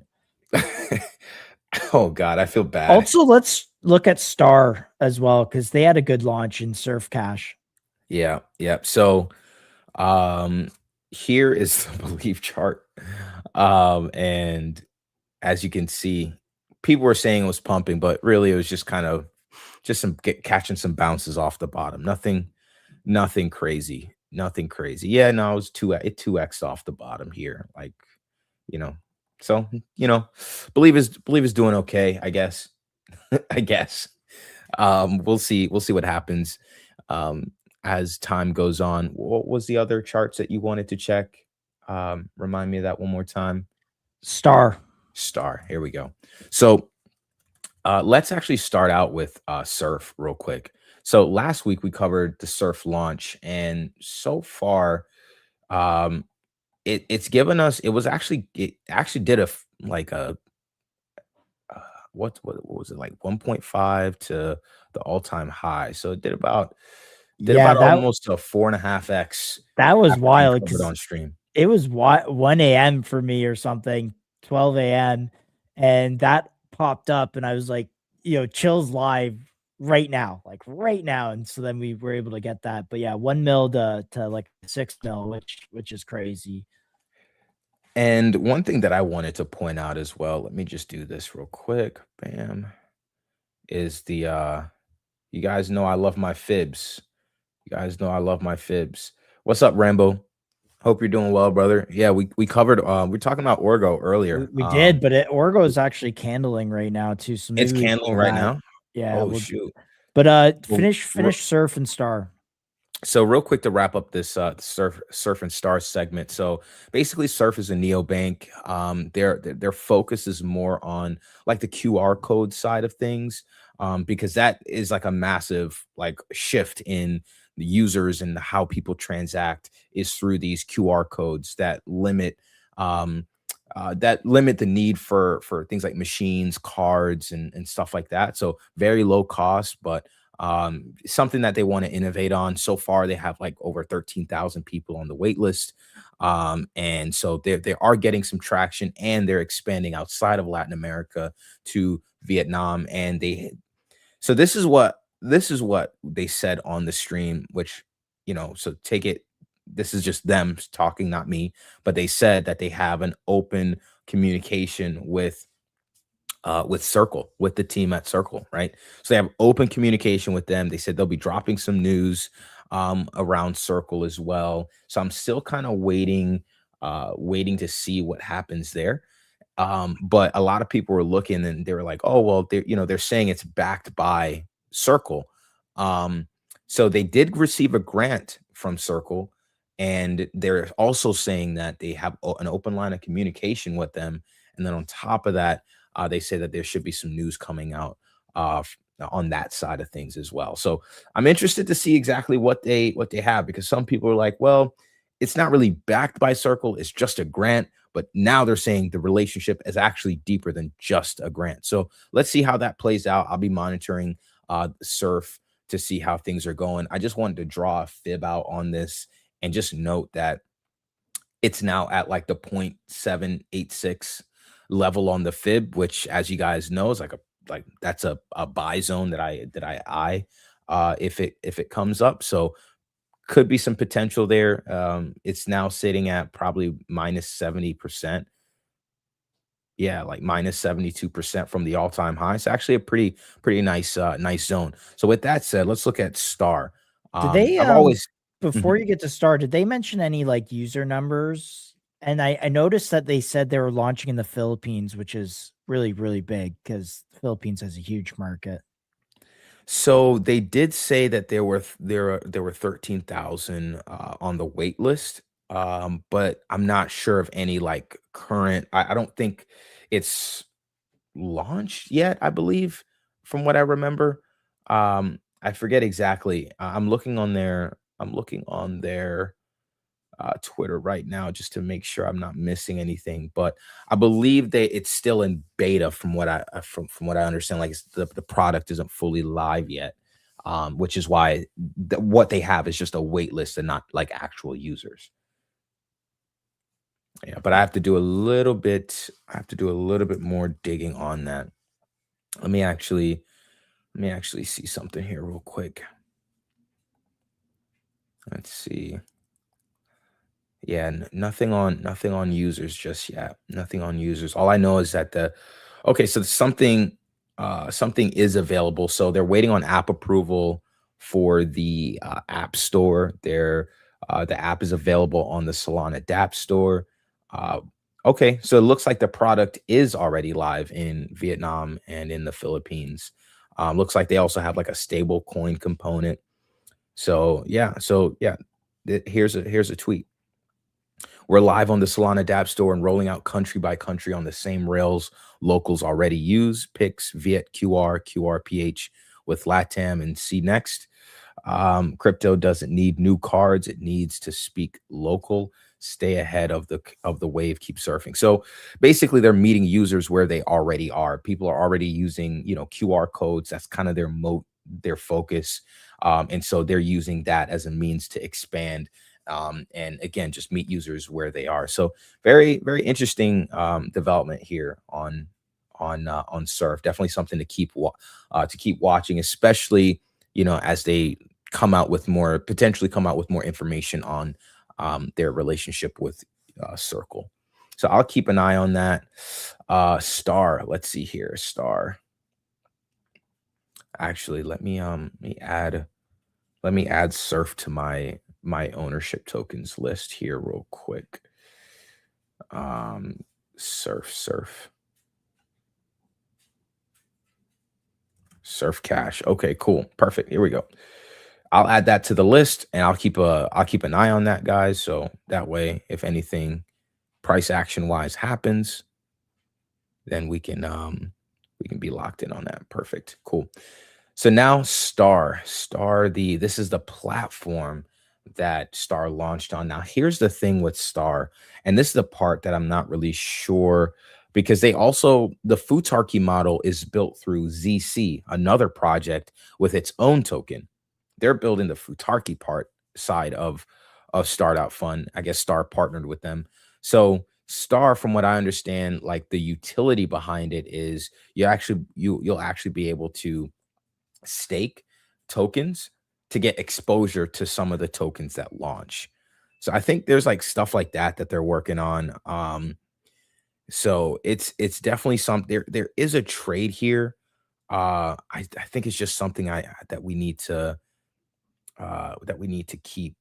keep an eye on here. So here's their Twitter account. Let's see if they have anything that they came out with lately. So we know that the Surf team raised $755 almost $1,000, and the team only accepted 450.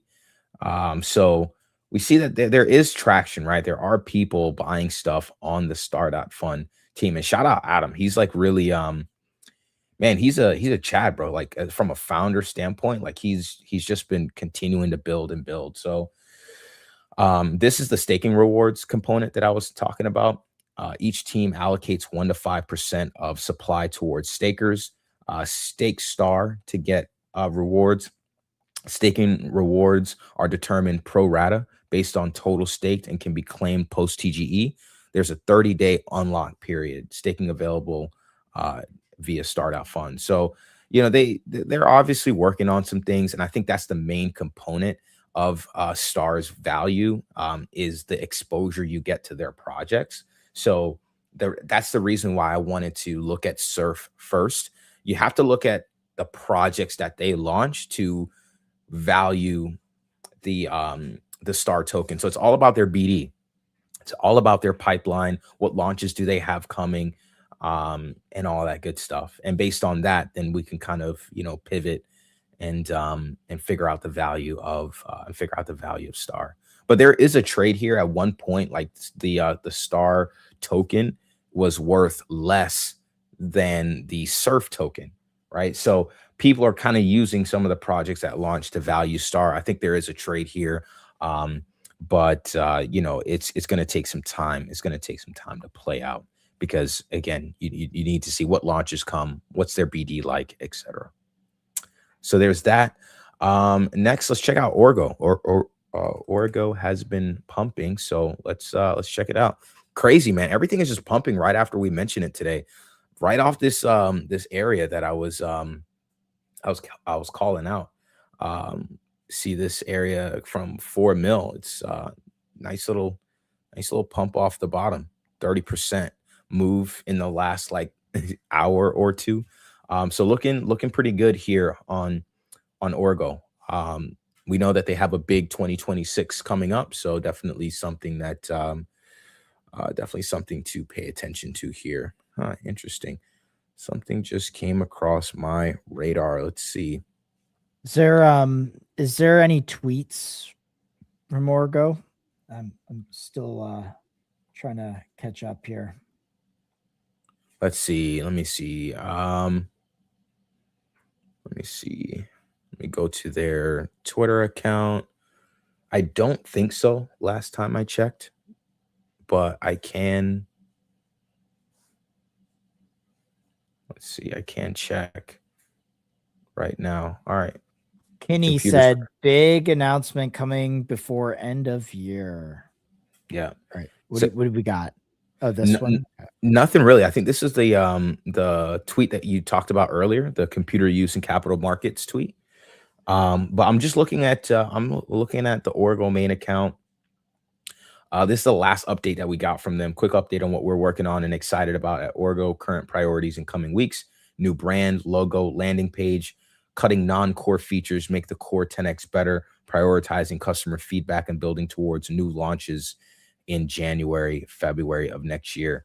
Their only focus for the next 3 months is building towards the best developer experience and infrastructure for computer use, going deep on creating the most robust virtual machine infrastructure for global scale, talking to customers and onboarding customers, maximizing value to the token. Very nice. Love that. In 2026, we believe improvements in cost, speed, efficiency of computer use agents combined with advancements in foundation models will drive widespread adoption. We are at an inflection point where AI computer proficiency is nearing human level capability. Hold on. Let me read that one more time. We are at an inflection point where AI computer proficiency is nearing human level compatibility. So literally workers can get replaced at this point. Munib, shout out to Munib. Boy Munib. Welcome back, Josh. Appreciate you, Munib. Shout out to Chad. Think people realizing Orgo going to street? Yeah, I think so too. Yeah, I think this is what I mean, I talked about this before it was pumping, by the way, earlier today. But yeah, this last point here, again, I mean, Orgo has been one that I've been hammering the table about, and I think it'll be obvious in Q1. But the getting close to human capability, that's each of the models are basically, I forget the term Kinney used, Spencer used, but go back and watch that session on YouTube.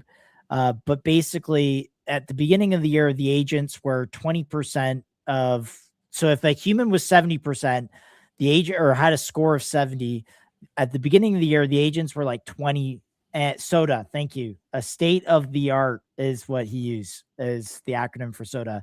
So the SOTA score at the beginning of the year was like 20. Then at the time of our conversation with Kinney, they had gone to like 60.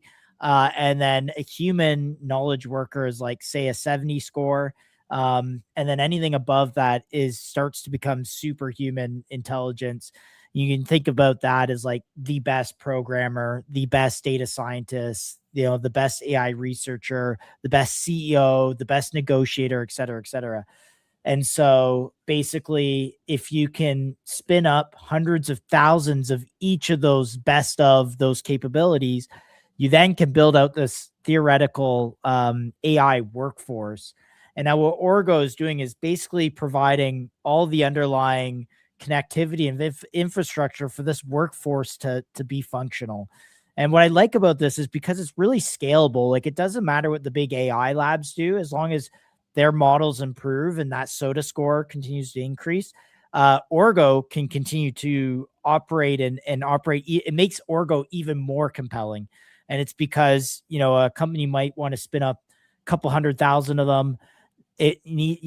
This system needs the underlying M2M machine-to-machine communications ability. It needs to have the Dropbox-like infrastructure where the agents are producing work and they're putting that work somewhere. There's so many different things that Orgo is building out to make basically these agents become a workforce. So yeah, December. What's December here? Brand new logo, landing page. I haven't seen this tweet, Chill. Actually, can you read through this full tweet? This was sent like while I was at Breakpoint, I think. Yeah, so we read through the first three. The last part here was this this tweet here. We are at an inflection point where AI computer proficiency is nearing human level capability. So in other words, this thesis here that Rambo just commented, that's exactly what's going on here. If you think AI is taking all of our jobs, own the infrastructure. And that's exactly what this tweet is saying. It's saying that the AI capabilities are getting to the point where they're human level. Like it's actually like, it's no different than a human using the computer. And so what they're saying here is computer use will be the next AI interface after chat. We are building the developer platform for this. He says this week has been focused on prioritizing customers. Here are some additional updates on the product side. File export to download files from virtual desktops, backend file transfer support, and platform stability improvement. So a ton that they're working on here at Orgo. And I think it's super, super bullish what these guys are working on. And it looks like they're more focused on customers. Like who will this, oh, wow. I like this tweet from this chat from you, Rambo. CUAs will have a chat GPT moment in 2026. I think so. And then that's what they're building towards. And I think what he's saying here is their focus is on customers. And so as they get this out into more hands, that means more revenue. And then they also said that they're building towards maximum value to the token, right? So if they're focusing on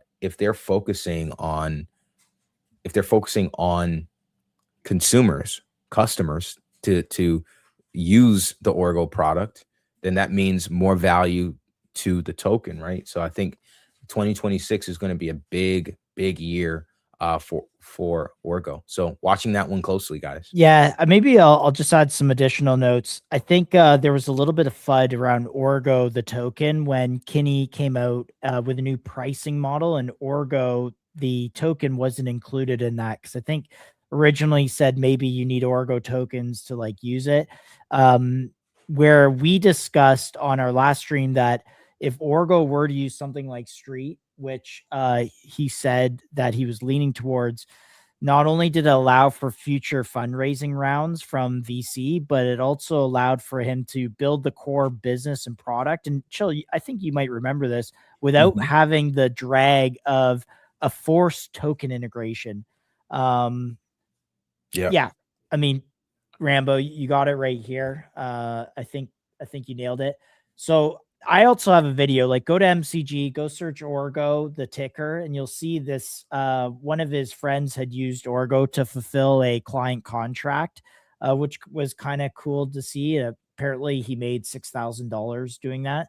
I'm just trying to see my notes. And again, guys, if you ever want to find really good notes on a project, just go to MCG, type in the ticker, and you'll pull up the Orgo notes from our last conversation.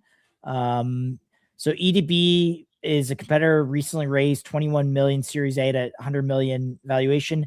Now, EDB is not specifically a competitor. What they do is build sandboxing for different AI agents. Orgo is doing something completely different. Orgo is building the infrastructure that actually allows the agents to be usable for real work. So big difference there.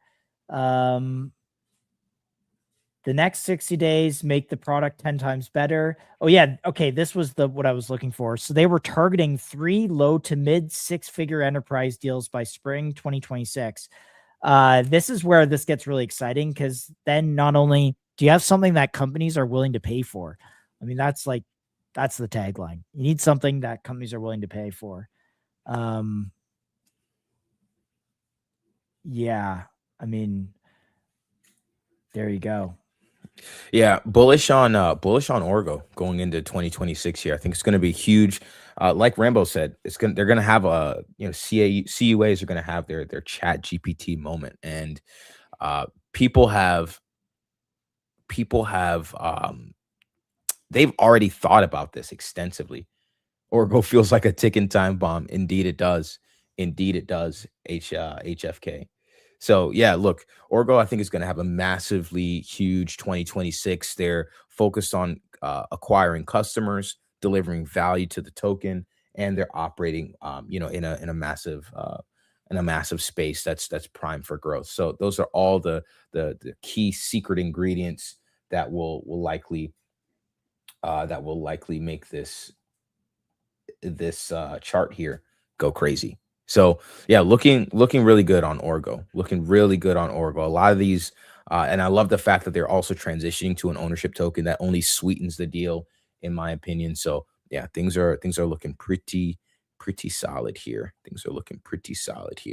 Yeah, glad this is catching a bit. I was pretty annoyed this was selling. Not annoyed, but like I was just kind of like, bro, this is selling off. Brutal. Because this is one of my high conviction bags. So glad to see this catch a bid. Yes, sir. Let me see. What else do we have?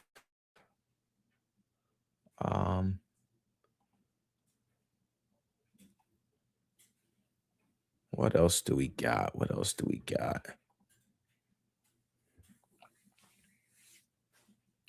I think that's pretty much it. Unless you have something, Josh, I think I'm good. Yeah, I think I'm good. You guys would have caught CPT. I'm going to tweet out the MCG Alpha Telegram channel. It'll only be available for 1 hour. So notifications on MCG Live on X. And as always, we always have the alpha. And whenever we get it, we send it through. So make sure you have notifications on. I don't know when I'm going to tweet it out. It's going to be sometime today. So go look for that. But other than that, yeah, good to get a nice stream with Loyal in, and maybe we'll just do a quick schedule peek if you want to throw that up if you're able to. Yeah, let me get that up here real quick. Let's open up the schedule. We got a nice week. Ahead of us when it comes to guests on the stream. So let me pull up the MCG account here. Loading. Still loading. Here we go. All right. And here is the MCG account. Cool. Let me go to our latest tweet here. Yeah, there we go. On our stream schedule. Our stream schedule. Perfect. So tomorrow we have the Pay AI coming on. A nice little project that I found the other day, Repo. Pretty huge project in my opinion. On Wednesday we have Riffs. I don't know if anyone here is familiar with Peas protocol, Peas.finance from ETH, but it's basically volatility farming. So I think that's a pretty huge undertaking, to be honest. So looking good there. Huge next guest, Cruella from WAM. I know they've been working on a ton there, WAM.fund. So Excited to see what the latest is from her. And then lastly, Thursday, we have the guys from Solo coming on from Solomon Labs. We have Ranga as well as Steve coming on the stream. So lot to discuss here, a lot to look forward to here with our streams, both the ones for tomorrow, Wednesday, Thursday, and then we'll get a stream schedule out for Friday later this week. So with that said, you definitely want to follow the MCG main account at MCG Live. Hit us up, link in bio. You'll see our TikTok, our YouTube channel. You'll also see our Spotify. You'll get a link to Moby for some good stuff with Moby there. So follow the main account. We'll catch you guys tomorrow on another action-packed stream. Can't wait to see you. Besides that, stay safe out there, and we will see you guys soon. Peace.